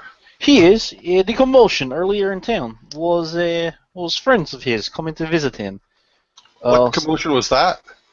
Yeah, you probably did not hear it over your hammer, but there were 4 very large elves that came, bearing elves, and one of them is apparently the queen of the elves, or something like this. What? Why would they want to speak with Fyro? Apparently he sent for them, maybe. He told me he was never going back there ever. Some sort of tragedy, loss of family. I'll have to speak to him about it. Yes, he is dining with him now, I believe, and discussing matters. Perhaps this evening he will be available, and if so, and you have not spoken to him, I will let him know you wish to speak with him. Just checking on an old friend. In the morning it should be fine enough, but thank you for the information. Indeed, I will speak with him. I'm curious. In any case, I cannot tell you what that writing's all about, but that should serve you well as a fine club. Well, yes, I appreciate this, and if there's more to be done with it, then perhaps when I am back from my trip, we could talk about what else you were thinking about turning it into a longer project, what that meant, and we can discuss it. Okay, so he turns around and leaves. Suda, he says no word to you. He's just still petting the animals. He says, I think the animals are ready to bed down for the night. Perhaps we should go inside where it's warmer. He looks out at the sky. I suspect it will snow tomorrow as well. Yes. Well, please come inside. We are going to dine at the local inn tonight, and you can join us. And if you wish to stay there, you can. If not, we can arrange for you to sleep inside with us. Well, thank you. So, the 5 of you, we'll say, are dining at the 3 then? 5 of the 3, yes. Okay. So you're at the 3. It is fairly busy. Anna is bringing you food and ale. I'm going to ask the party to cross us, say, 2 crowns. Okay. Full meal for everyone, not each. I'm bringing sausage with me. Into the 3? No. What? Oh, you're taking your pig to the inn and putting it up with the stable boy. Yep. Oh, sausage the pig, Yeah. not actual sausages. Oh, okay. No. Good enough. All right, you confused me for a bit there. Yes, sausage the pig. And I will, It's like, you're going to carry a hamburger into McDonald's? What? I guess Yeah, that's, absolutely. can I have some ketchup, please? and maybe a bun. Yeah, no, I want him. I want him there along with the horse I have. Okay, so you turn the pig over to Ron, who accepts it really without a second thought.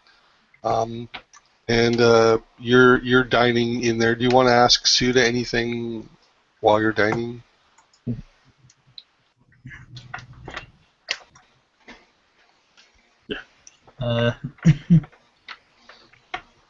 Whatever I go, so I keep thinking of the disease I have.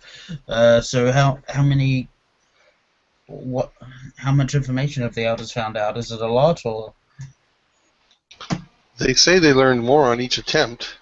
On the 3rd attempt, the poor victim was not killed, but turned insane. We have him.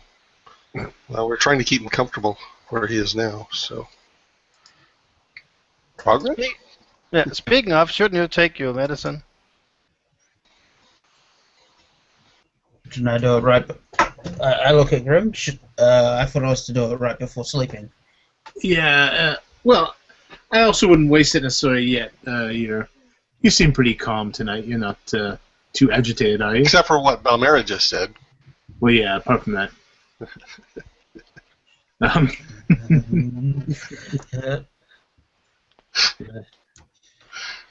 If you're not agitated, I don't think we should use it yet. Yeah. Do you feel agitated? If I say no, will you say how about now? No. I'm just concerned about you. Just stop. Okay. Everything will be fine. I will be calm. Mm-hmm. She choose one of her mushrooms. I think we should order an apple pie to this meal. Oh, Just out of curiosity, Torun, don't they teach you calming the body, mind, and spirit and all that in the monastery? yeah, well, they do, and I didn't think I needed it a few days ago. I lean over to Grim. Just imagine if they hadn't.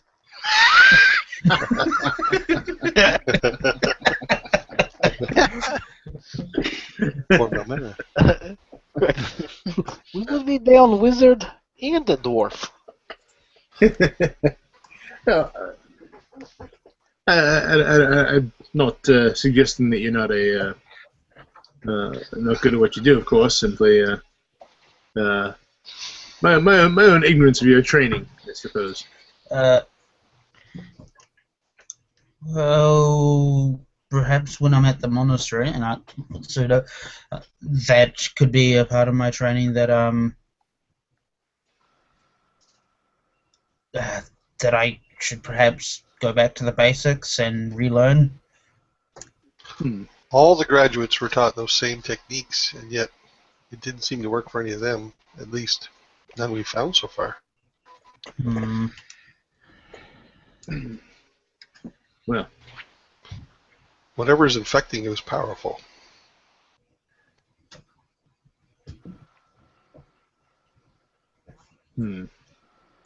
Well, I guess we'll just finish up a rather quiet, somber meal, followed by apple pie. And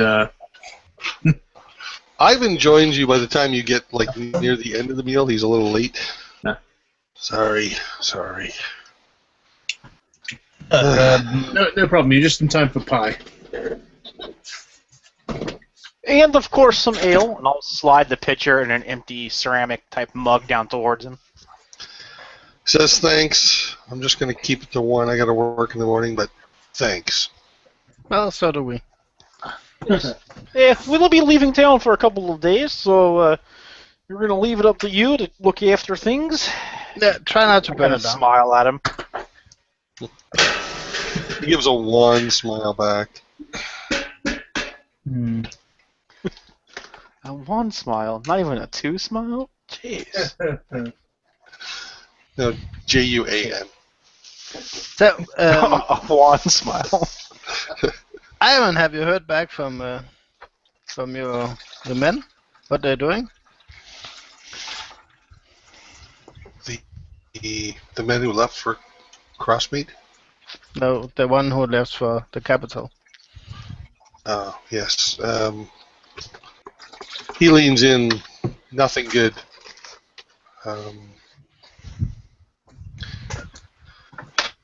Early reports say there's destruction all around the city.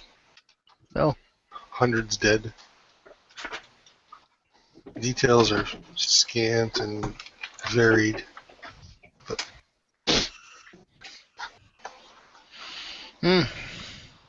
Do you know what caused the destruction? not yet. Well, we heard destruction was caused in Blackwater as well. Yes, I heard about that a few months earlier. Do you think they're connected? I don't know. But what we heard was that some people attacked people. Some people attacked the dock workers and harbor masters and. I heard that the naval base was mostly destroyed. The Blackwater almost entirely lost its ability to build ships. And was this done by magic or? I mean, must take a No, I lot think of it was physical destruction. Fire. Wait.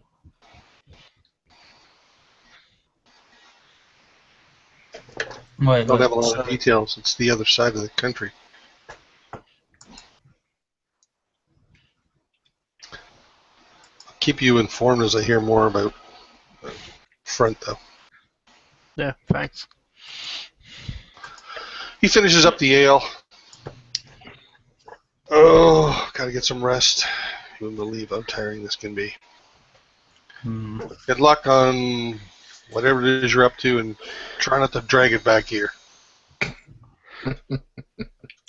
Well, try not to have any water elementals waiting for us when we do get back. Yeah, I'll work on that. So he leaves. All right. Yeah. So, I'm just gonna arrange for a bath so that I can get cleaned up. Have a. You know what? I'm gonna splurge. I'm gonna have a night in the three for tonight. I'm tired of sleeping with a bunch of people. So. Okay. How good a room you want? I want a nice one. Okay. I'm pampering myself tonight. So their best rooms are 4 crowns per night. That's fine. The very best room. That's fine. I'm gonna arrange for a bath. Yeah, in so the it nice comes. room? I'll tell you what it comes with. It comes. You get your own room on the top floor, a bed. It's a fairly spacious room, a bath, heated for you. Plenty of towels. There's lots of there's a desk in there with nice lamps. It's on the top floor of the 3. Nice. And Faye is more than happy to sell that to you. Then I will plan for that, and a nice bottle of wine to go with it. All right, so then let's call it 5 crowns. That's fine with me. So I pay her ahead of time and say, I'll be stopping back at my place for pick up a couple things, and I'll be back. How long will the journey take up to Kiki Gumpa? Kirti Gampa. It is about 2 days there, 2 days back. I do not know how long you will be there for, though. And we're traveling by the cart. And she looks at Jada. Assuming you have mounts, it would be much longer to walk. No, we'll take the cart and some of the other animals, yes.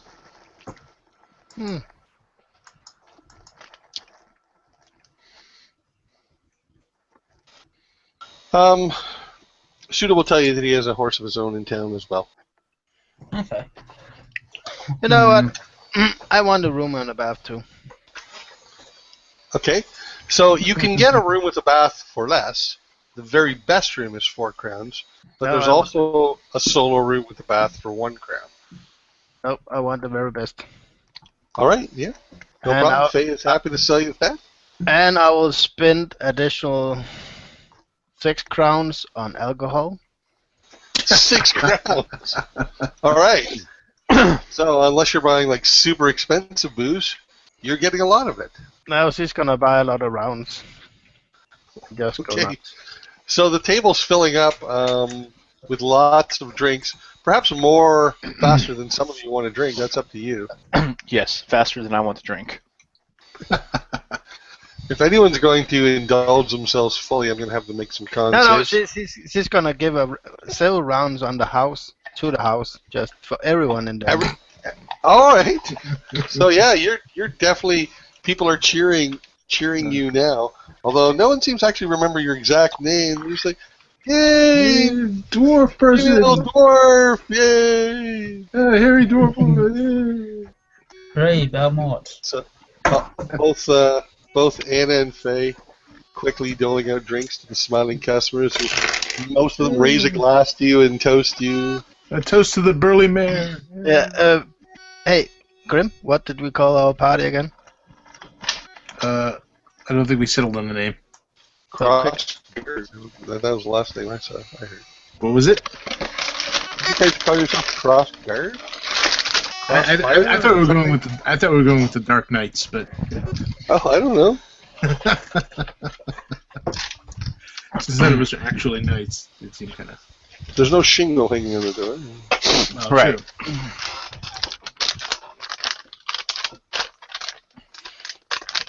I think we have a noun. In any case, no one seems to actually call out your specific name, Elmira, but many in the bar do happily toast you for buying them a drink. Yeah, well, she'll get up on a table when she's good liquored up and inform everyone that this is paid for by our party, whatever name we have. Yeah. All right, so I'm kind of curious what name you use since we don't have one. Yeah, that's what I want to know. I was going to want to know that too. But I'll let you tell me afterwards if you want. Well, she'll just say something like, "By us, the heroes of Crossmeet." Fair enough. Okay. So yeah, the patrons will toast to that for sure. Yeah, the Frog King. Frog Kings. Come on, make it something bizarre. The Kobold champions. The Kibbins. So one other thing happens before the evening now. Talrun and Jada, do you return to your house, or are you also staying at the 3? I'm going home. I am also going home. So All right, there are now so 2 or 3 beds. That's right. The saddle I was having made for Balmera, there's no way it's gonna be done tomorrow morning, right? Seems to me it's been, what, 48 hours, I think? Yeah, right at. About that, yeah. Something like that? I really don't Maybe know in how the long it morning? takes to. I don't know how long it takes to make a saddle. Well, I really don't know either. If they make it from I'm guessing scratch, a week if they're doing it custom anyway. yeah. If they're making it from scratch, if they're taking an existing saddle and then modifying it and Well, probably not, because they're having to make a saddle that's gonna fit a pig and a dwarf butt. So.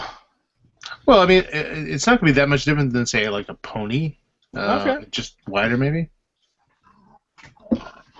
Basically, I just need to know if Balmera can ride it tomorrow or not. I want to get the silver extensions for Sausage's tusks. Yeah, all I need to know is whether or not it's going to be available for Balmera to ride to the monastery or not. Well, we said, what, a week? It's only been 2 days, so let's say no. Okay. Yeah. However, you have your improved chair leg now? Yes. And a chain shirt. That's true. So I will on our way home this night stop by Murgy's and pick up the undercoat of the leather and padding that he was doing. And, Sure, and he also tells you that he's working on the saddle. Now, when Talrun and Jawdat return to your house, you see a figure in shadows kind of behind your house, like at least from your angle. The street is here, your house is here. He's kind of like, you know what I mean, like behind the house. Like, would he technically be trespassing on our property, or is he like behind the area behind our house? Well, yeah, I suppose technically he's on your land. He's about 10 feet or 15 feet off the road, and he's sort of behind it. You see him like peeking out. Get off our lawn. Right. Damn, good. there. Yeah, you see that too, right, Jordan? Yes. What do you think it is? I say, like, try not to slow down my pace or anything.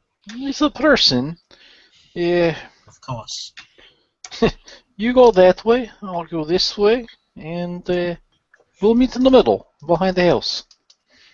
I nod, and I head around the house. That would probably take me the longer route, because I know I move faster than Jordan, so it should. So Jawdat's going to reach the person sooner?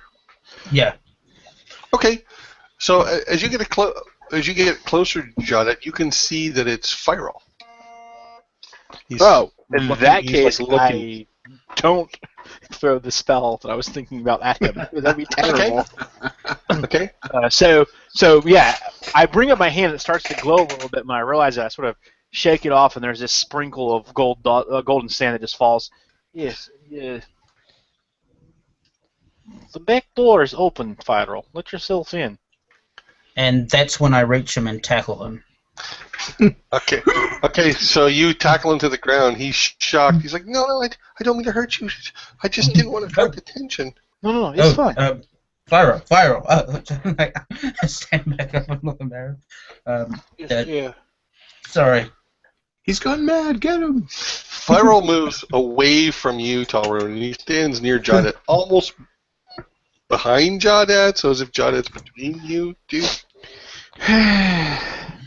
He says, It was an accident. I thought you were a goat horse thief. I just wanted to speak with you. Elves tend to attract attention around here, and I didn't want to ask a lot of questions. Yes, well, come inside. So he slips inside with you. He says,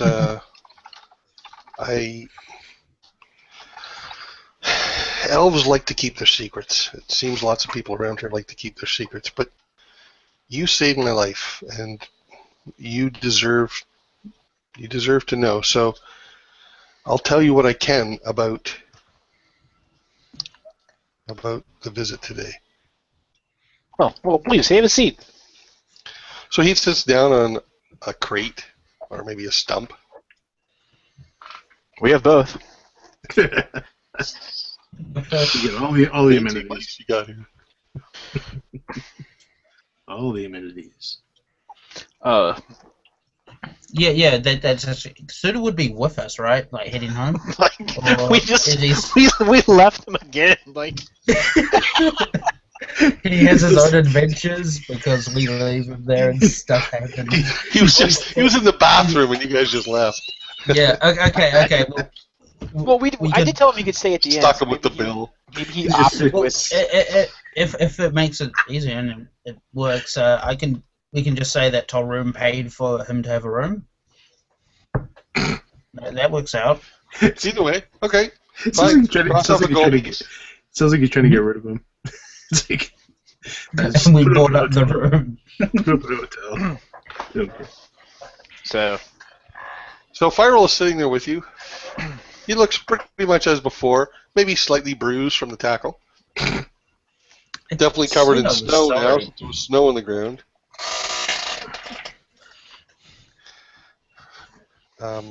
What do you wish to know? Who they were, why they were here, why you called for them, what is so important that the Queen of the Elves decides to come and visit us in Crossmeet. Any of these are good. I didn't call them. The lady called them. Oh, I don't mind that she did though. The female you spoke to is Nasava. She is the leader of the Owl tribe. They're seers. They tend to be given deference among the other tribes in peaceful times. The larger one was Gardas of the Bear tribe. I don't think much of him, except that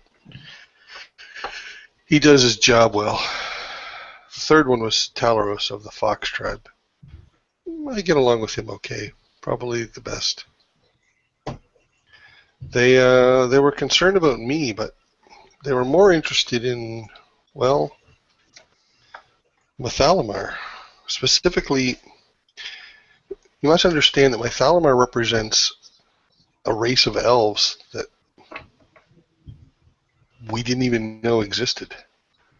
The elves have a long history, but there are gaps in their early history, and they are interested to fill in these gaps. And I don't think they have an interest in Mathalamar itself, merely its history, its lore, what happened to the Nadriel. The what? The Nadriel, the other elves. and subrace. I remember.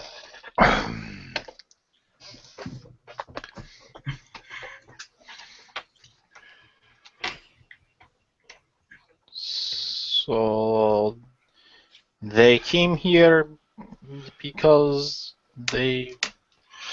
Yeah. The lady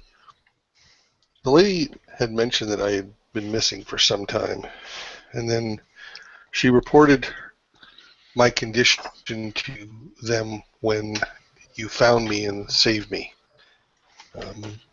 I told them all this. I used to be a member of the Rabbit tribe. I was the last member of the Rabbit tribe. And I left in self-chosen exile. I'm not going back, despite they might want me to. But I felt I owed you the answers.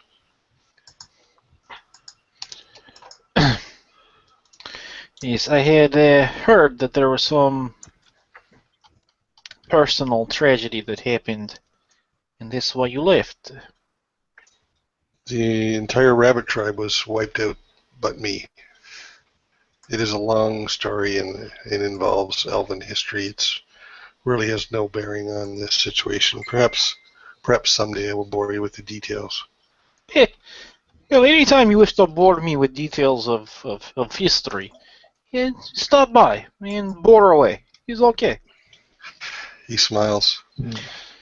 I should be getting back. Know that the elves will pay you a visit in the morning. He smiles again.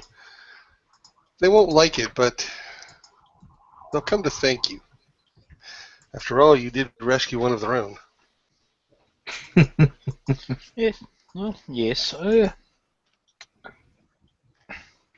Then we tackled you, but that's another story. So they merely came because weeks ago, she sent that you were hurt or missing, and then she sent an update that you are found and hurt. So they came to check on you. Well, ostensibly, yes, but I believe their real reason was to learn what I had learned of the Nadriel and my Thalamar. They did not want me to leave when I left, and I have contacted them a few times in the 4 years I have been in Crossmeet. So they knew where I was, but... And the exactness of what you learned about the Nadriel and other things. What is so important about it that this is bringing people who would not normally leave the forest to Crossmeet? Keep in mind, this is a part of their history that they didn't even know existed months earlier. The elves have been in the forest for at least a millennia. And over the years, they have uncovered a few sub-races of their own kind. This appears to be a new such discovery. These Nadriel, these Eladrin, and others are all divisions of elves, and not even the elves know of all the divisions of the elves. They thought they did until they learned of the Nadriel. But there was a time, I think, when perhaps we were all one. And these Nadriel are the ones who have this place that the lady is searching for. They were rumored to live in a city called Mythalamar, but the city has never been seen or discovered. And if there are Nadriel, they have been quiet for quite some time. But the place you found me in, I believe it was a school of theirs. Yes, I believe that all. See, I am not crazy! Where's Gray? He looks around. I never made that claim. He's not here. I've been telling them. It was...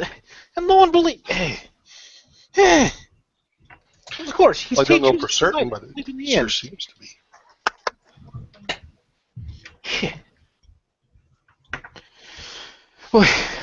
Well, yeah. You are welcome to stay. You are welcome to go. Whatever you must do. I must get back to better sleeping arrangements. He says, looking around.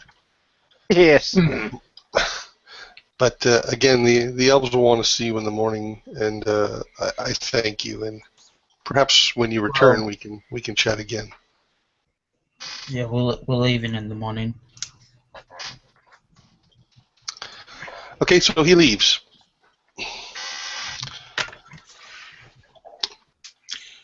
I'm just going to be spending my night at the 3, and early in the morning I'll get a wake up call and grab some food on the way out. And in fact, food for the price you paid, food is brought to your room, as well as hot, fresh water, both hot and cold, chilled. That is excellent.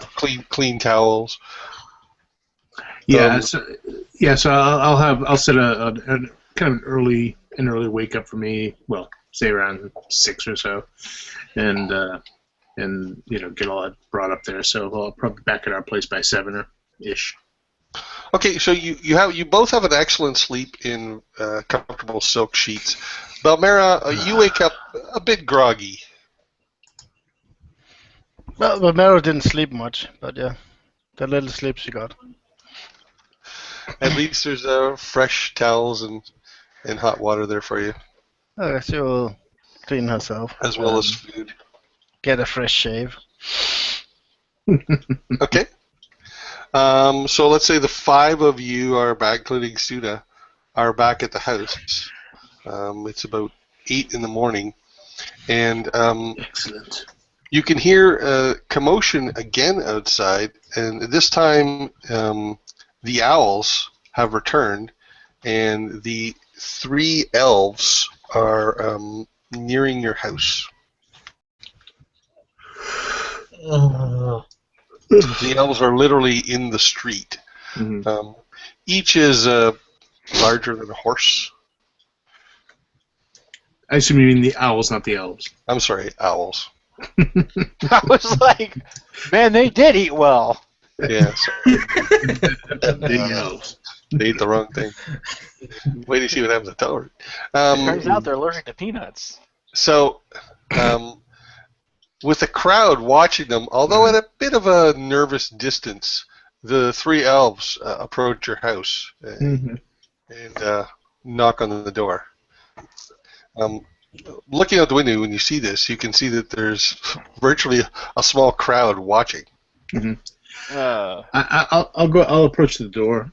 And Grim, we should perhaps talk to them outside. I'd take a look around at our disheveled, small. I don't even want to call it a house at this point. It's not even a house.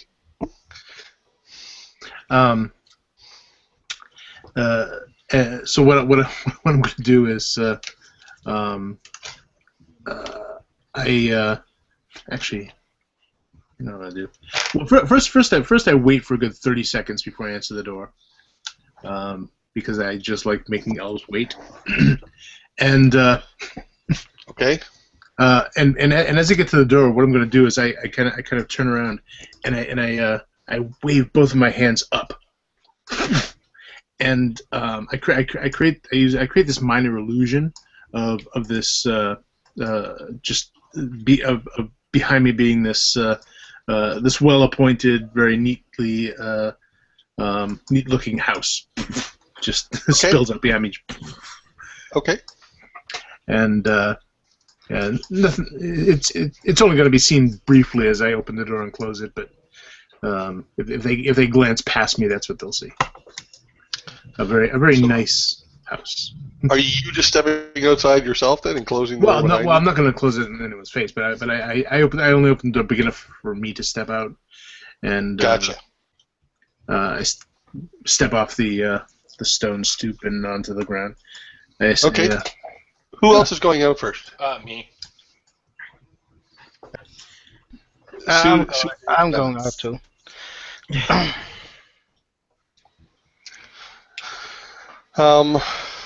So the three elves staying there again in very nice clothing, woodland colors.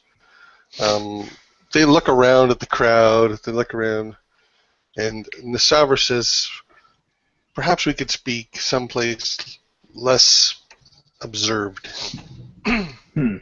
You can hear murmurs going through the crowd, like wondering what this is all about. You can see the three owls sort of stepping foot to foot a little ways up the road. Again, the crowd giving them a wide space. Well, yes, I suppose we could let you step inside to our storage house. We were preparing for a trip, but there is a table inside and some quaint furnishings. But I do not wish to be in there more than we have to. But yes, please step inside to the storage house. Nasavar turns to the other two, and she says to Bardus and Teleros, she says, "Wait here. This will only be a moment." Gardus says, and he turns and he crosses his arms and he faces the crowd. Teleros, he just smiles, and he looks at least maybe at Grim in the eye, and he just kind of gives you a smile. Okay. He steps back. So the five of you tip my hat. I'm sorry. I tip my hat. So the five of you re-enter. Nasavar looks around. She says, "Yes, well, this won't take long. I have spoken to Firel at length, and he tells me you saved his life. I'm grateful. We don't often associate with those outside of the forest, but you saved an elf. You're long-lived. Death hits us particularly hard. I wanted to thank you in person for doing so." Well, it was our pleasure. We we believe that all life is important, and certainly elves no less. She holds out her hand, and in the palm of her hand are 4 rings. Rings are made of wood, very delicately carved, intertwining vines can be seen running length of the band. These are gifts for you. They will identify you as friends of the elves. However, this does not grant you permission to walk on our lands, but should you encounter our borders, they're less likely to kill you on sight. Less likely. Yeah, She gives you a bit of a smile. No, that's I look back at the building and just shake my head like don't. And I'll sort of reach out and lean over and sort of gently, pick one up with 2 fingers and examine. Okay. So she holds her palm out. As I said, it's very, very intricately carved.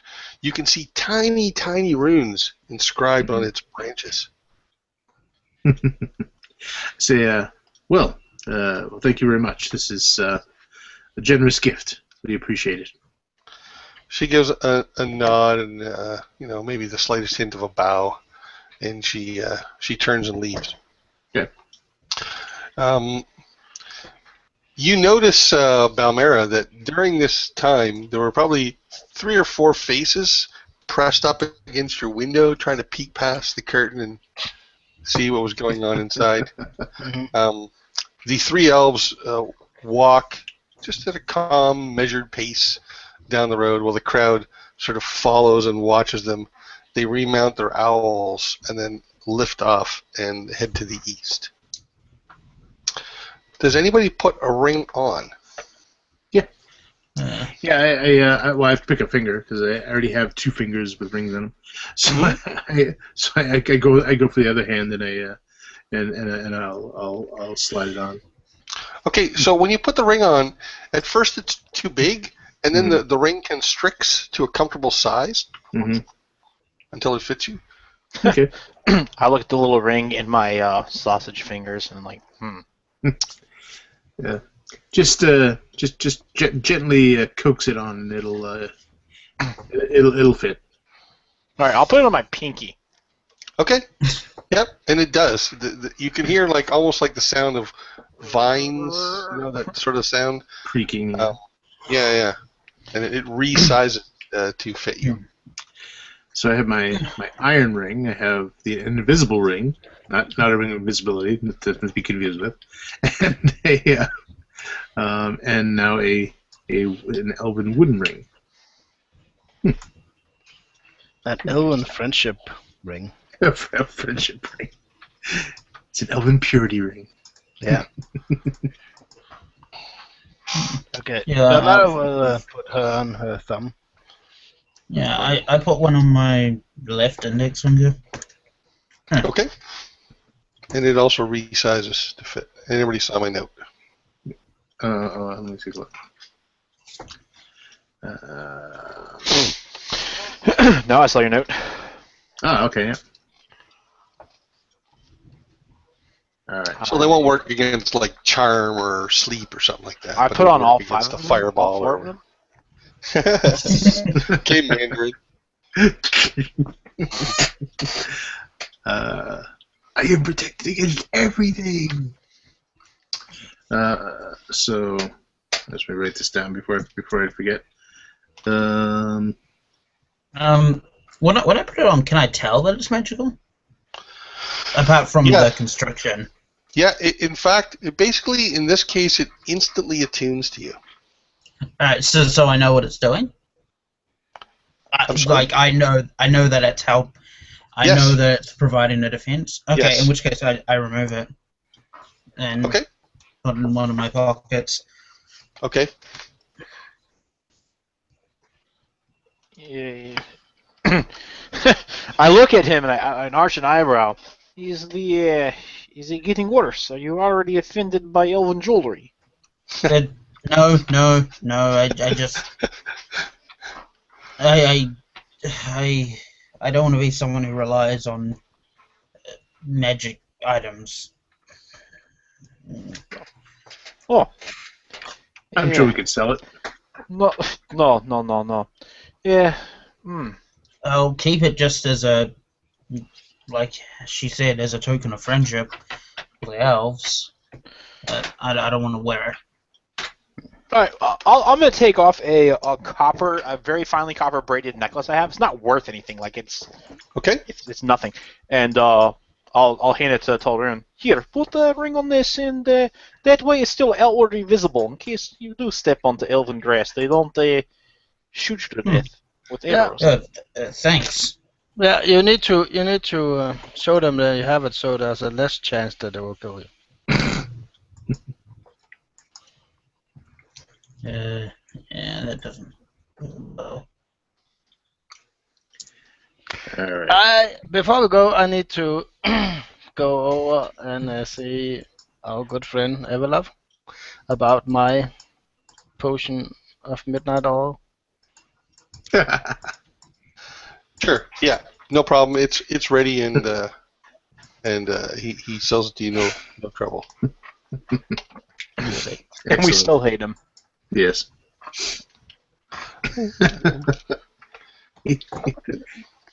He will rue the day he met us. Yes, he did do it. I'm sure he already is. Okay.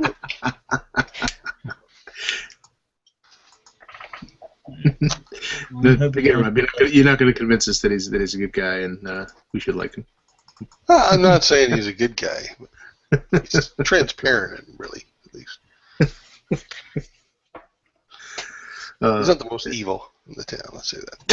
He's not the most evil. We're living with the most evil in the town. Well, one of the top two, anyway. All right. So,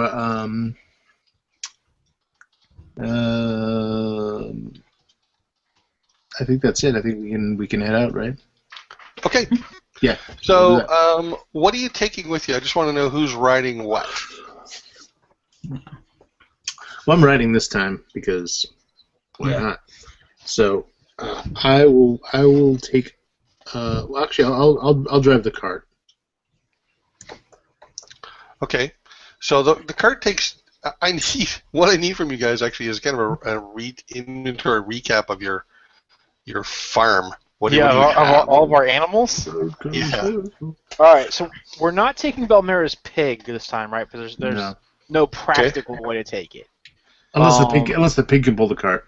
Unless you want to get hung. All right, so the tiny cart. All right, my understanding is we have a tiny cart that can be pulled by a single animal or a person if that person is strong. We have it's like a little flatbed. We have a wagon that can be single hitched or double hitched with a team of 2 horses or a single strong horse. Yeah, one horse wouldn't do it if they had a full load on. Right. Yeah. Yep. And that same double hitch could be done with 2 mules if it had or a mule and donkey if it had a lighter load. Sure.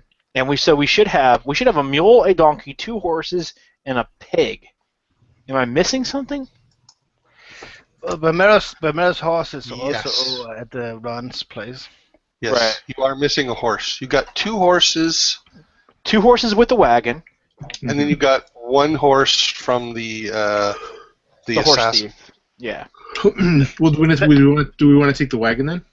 And the horse thief horse is the one that Belmira's claimed for her own, right? Mm-hmm. I don't know.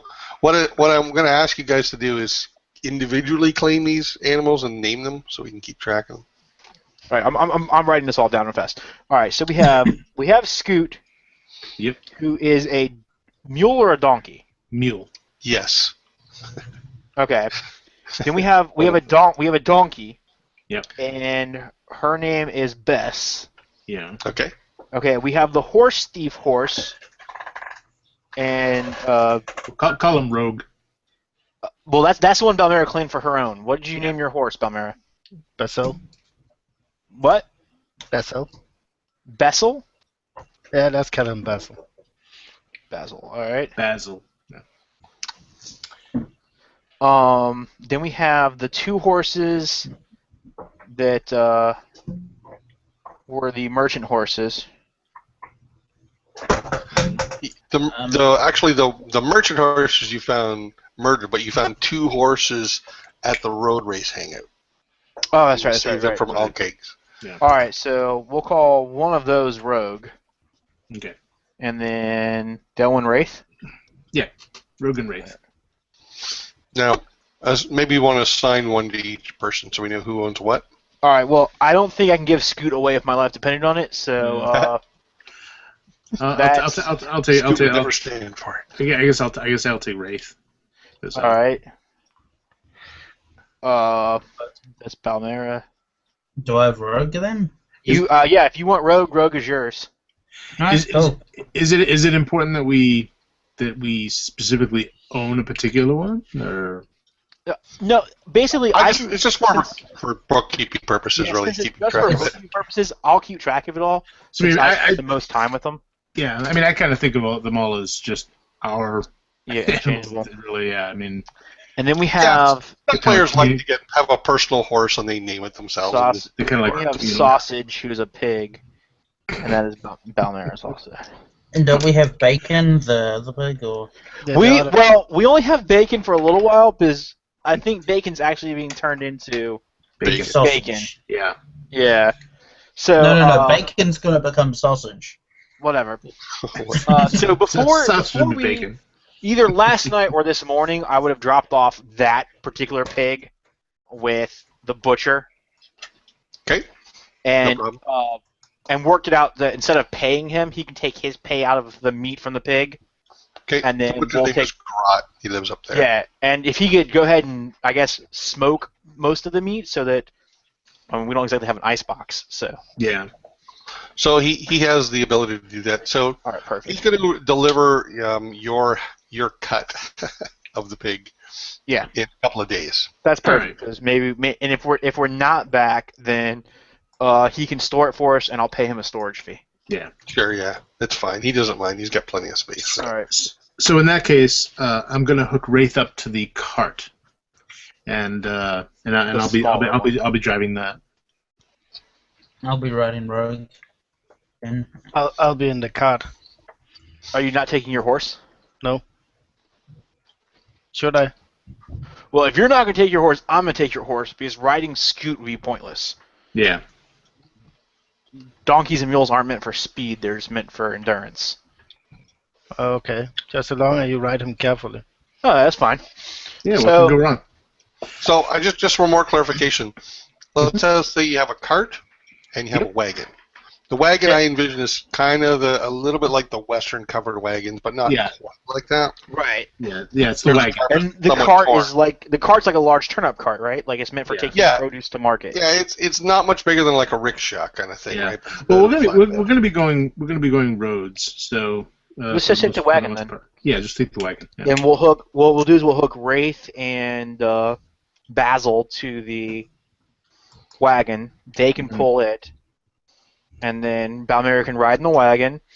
I can ride in the wagon. You can drive the wagon, and Tolroon can take Rogue and ride it. So Should we all we have animals. should we Right. take the boat with us? The folding boat? Yeah, might as well. I mean, it's small. You might as well always take that with us. Sure. Okay. When we're taking the wagon, sure, why not? So these horses are fairly sturdy horses, decent for a northern climb, but they're not like the really woolly Clydesdales either. They'll do all right in light to medium snow, but if you hit them with really harsh conditions, you would need to put them in a barn or they're not going to last long. Just for clarification. Okay. And I guess before we leave, I'm trying to figure out who's gonna feed our animals for the next couple of days. Ron? That boy is about as useful as a bag of hammers. Well, apparently he's good with animals. That's true. All right, so yeah, I'll stop by and see. Ron, is it possible that you could stop by my house and make sure that the animals are okay for the next couple of days? Possible? If I pay you, will you make sure that every afternoon and night you go by, check on the animals that are in my backyard, make sure they have food and water that will last them the period between that and your next visit? Every night? I was planning on moving to Christ in a couple of years. No, just for the next. It should only be maybe 5 nights. He looks at his hand. Yep. If there's any confusion or I am not back after 5 nights, go inside this building, the inn. Talk to the owner. Tell her what you're doing, taking care of my animals each afternoon and night by going there, checking their feed and water, and making sure they have enough to last until your next visit. If it has been longer than 5 nights, tell her to put it on my tab, and I will pay her when I am back. He stares at you for about 3 or 4 seconds, absorbing that. He looks at his hand. Yep. Oh, great! My animals are going to die. Oh, we're taking the good ones with us. Yeah. Oh, Scoot's staying. Hey, he'll be finding something to escape and free to pursue life.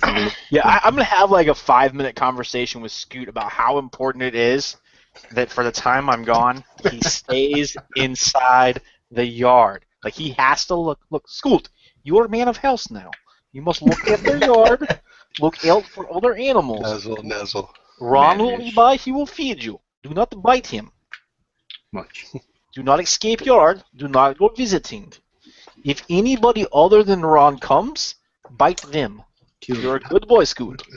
So Scoot nods the entire time you're saying it. Just nod. How heavy snow is it? It's like a gentle but steady snow. So there's about maybe 6 inches on the ground. Okay. I'm gonna leave Spindle. There's lots of bales of hay and piles of hay there for them. Okay, I'll take some hay and make a little nest for Spindle in my room and leave him at home. Okay. Excellent. We have a house spider. Well, on the bright side, all the other insects will be diminished in our house. So. Right. That's true. Yeah. Why are the spiders in all the food? No, the only insects in our house would be the kind that the spider can't prey on. So super insects. Just nothing but dire ladybugs when we come back. Dire ladybugs. And a carrion crawler. So. All right. Okay. Well, I'm gonna put my bag into the back of the cart with a solid chink as it hits the thing because I've got Belmare's chain shirt she made for me inside of it. Excellent. Okay. So the 5 of you, including Suda, Suda has his own mount. Yes. He has his own horse, so he's going to ride alongside Talrun. You're riding a horse by yourself? Yeah, I think everyone's on a horse or something being pulled by a horse. So. Yep. Yeah. Right, but a couple are in the wagon, right? Yeah. 3 of us are. In any case, Okay. Suda's going to ride beside you, Talrun. Alright. And you guys head out north. Mm-hmm. So Godstone is a day's walk or about 8 hours by horse. Suda suggests that you can stop. You can stop here. It's just a collection of lean-tos around a massive, massive stone with a flat side that is covered with many religious symbols to all different gods, good and evil, and in between. Oh yeah. And there are plenty of lean-tos there. If you push on, you could make Cerner shortly after dark. When you leave the road to head towards Kurtigampa, the going is going to be slower because we're going to be traversing forested hills, fairly large hills. Too. Wouldn't going to Cerner take us further north than we need to go? Yes, but there are rooms and beds there. It is up to you. I do not mind sleeping out in the outdoors. I'm used to it. The Godstone, I think, is okay with me. Is it okay with everyone else? I nod. Okay, so you guys make camp in one of the lean-tos. A few of the other lean-tos are occupied by travelers as well, but there's plenty of space between yours and theirs. It's like a sprawling sort of camp. Is it mine? Yeah, I would have pointed that out.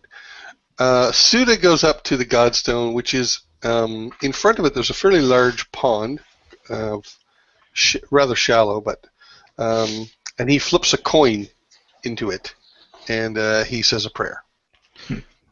Is it And then he apparent joins to the rest of which the- god he's praying to? I don't know. It would be apparent. I mean, unless you want to like go in and actually listen to his prayers.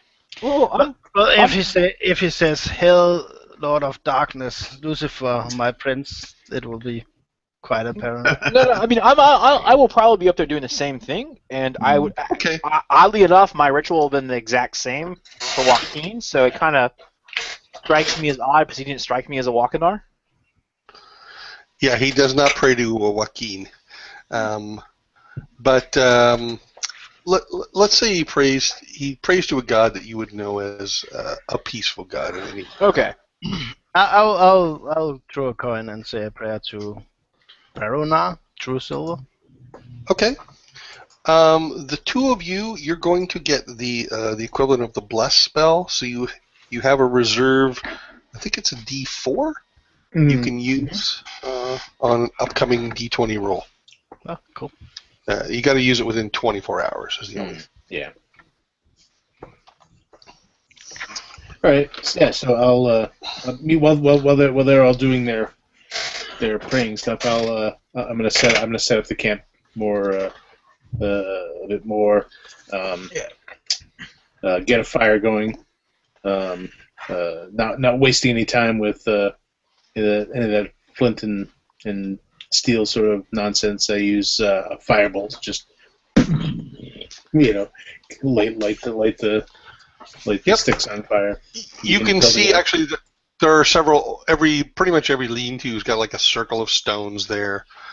There's even some piles of dry wood nearby, but sometimes people go off into the hills behind the Godstone and look for dry wood.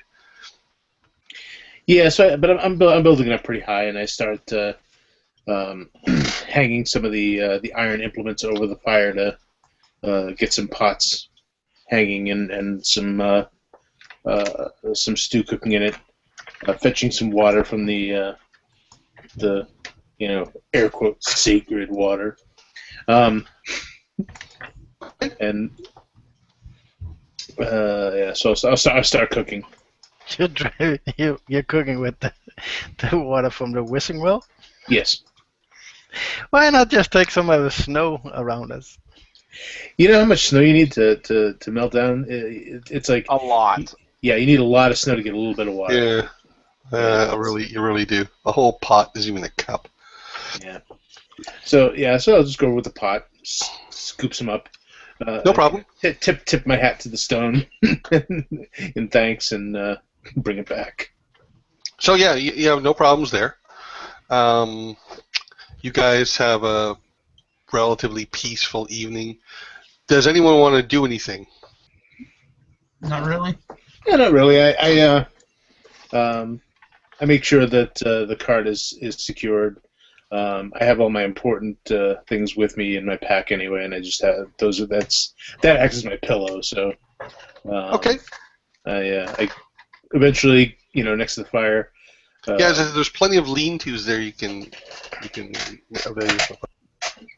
Well, I assume the fire's like right in front of the lean-to, so the fire's radiated in. So I'm just kind of sitting on the edge of the lean-to in front of the fire, and that's kind of where I'll lay for the night, and with a bunch of skins on top of me.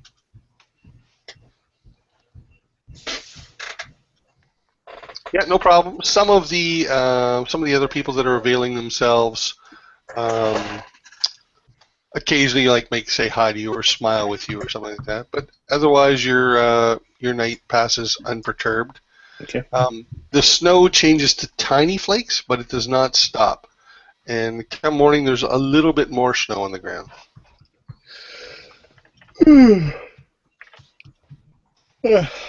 I pour the last of the soup that's been sort of simmering near the fire since last night. I pour it into some metal traveling cups and pass them out to people as I go get a bit more water from there to rinse out the pot, and I break camp. Okay. Yep. So it is the 9th of rotting, and you guys head north from the Godstone. After traveling for about an hour, you recognize the path that you took to the little Nadriel school you found. Uh-huh. You continue past that for about another couple of hours, and then Suda says this way, and he starts leading you up into some hills. If Okay. there's a path there, it's hidden by the snow. You certainly don't see one. Okay. Well, we'll trust him on this, I guess. Now you can continue to take your wagon, but it's gonna be kind of cautious going because the hills they're not so steep that you gotta like lean into them heavily or anything. Mm. But they're fairly big hills, so long hills up, long hills down.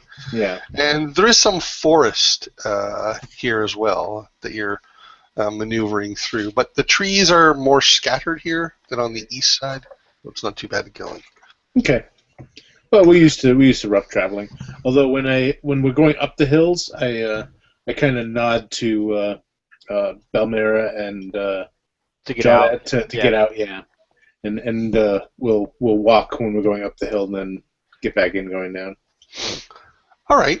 So you continue this way for about a few hours, maybe several hours, till it's about just past lunchtime. Maybe you stop for lunch, have something to eat, Mm-hmm. and press on.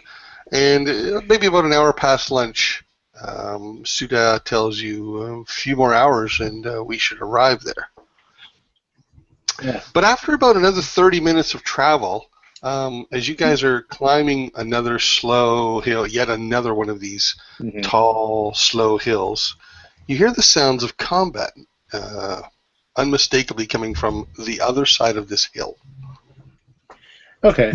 I pull Pseudo over here. I say, stay with the wagon. And I kind of gesture to Balmera to head up the hill.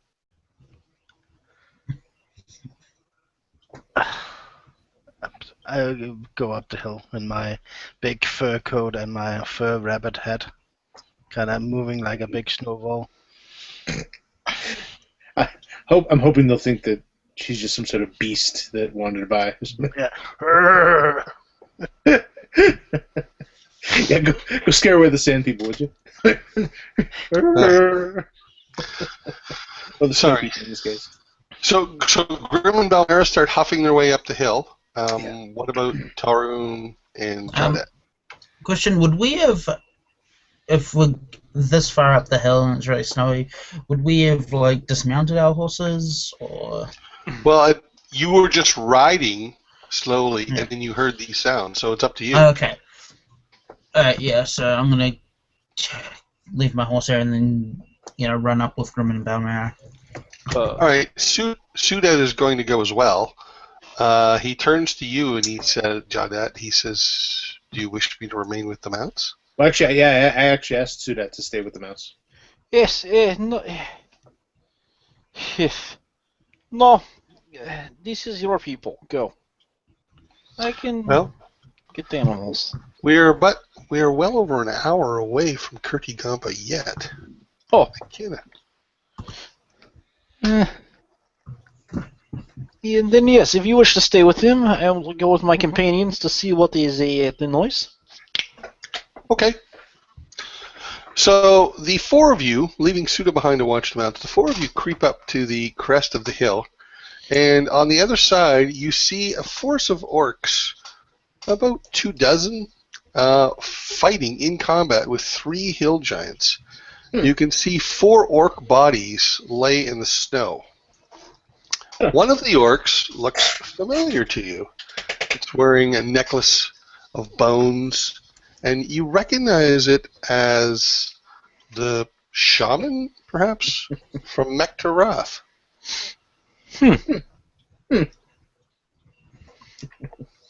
So what, we let this play out? Looking at the combat, Rob, who seems to be winning at I know there's a lot of dead orcs, but they're outnumbered.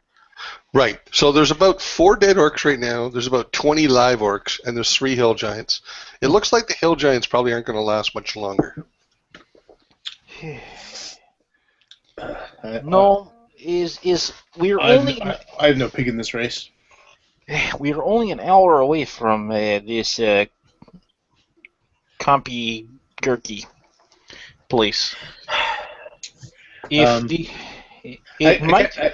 I kind of lean and say, if you like, I could take them all out.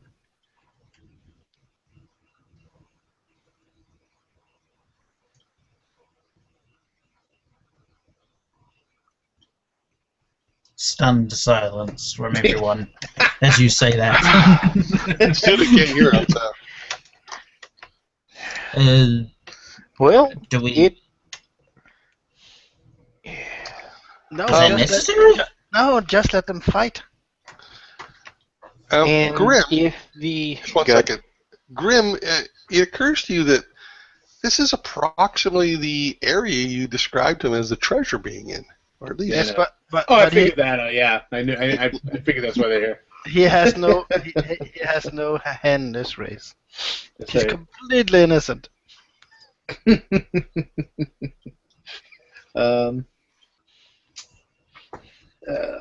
No, just let them fight. Well, my point is, I think we're gonna have to fight whoever's left. Oh, Right. Okay, and we'll fight them at when they're weakened. Hmm.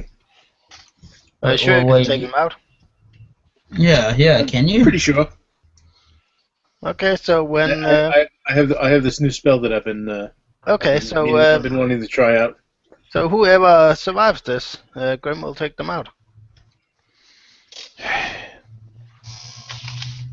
This is a dangerous gamble, but Well,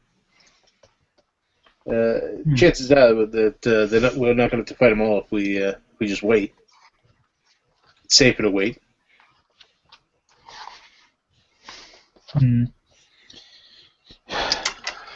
And I kind of huddle in with them. I say, in worst case scenario, I have that. I can still turn back into that orc that sent him here. What a coincidence. I look at it. What do you mean? The orc that sent them here. The orc that I looked like when I told him about this place. What you told them about? You told them about this place. Well, Why? not this place specifically. Well, I didn't know we were going here. Why did you tell them to go up here? This makes no sense.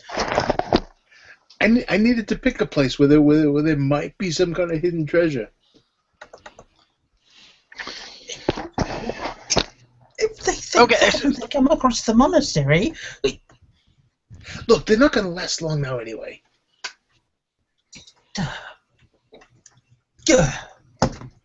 just I Hey, have some tea. back down the hill. Have some tea. Actually, he's just birds right there. He goes down, takes his medicine bottle, just go Wait when it's over. 10 days later. all right. So we will wait, and then Yeah, so we're remaining concealed and cautiously watching, and waiting to see if anyone comes out on top. Okay, so the fight lasts about maybe 5 minutes. There's a lot of the orcs are using fairly clever tactics, dodging in and dodging out. That's a long battle. As the giant, yes, Yeah. as the giants are slamming these massive clubs around. Mm. But eventually, the giants succumb to both ranged attacks and the sheer numbers, and all the remaining 3 giants fall. Now, they kill 3 more orcs before they do, or at least fell them. But you notice now that there's probably about half a dozen wargs with these orcs as well. Okay. So there's 6 wargs and how many orcs left? 17. 17 orcs left in total. Okay. Mm-hmm. And this might be a good place to cut it off. You guys can plan a strategy for moving and attacking them.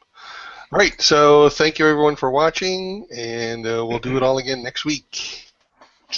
Excellent.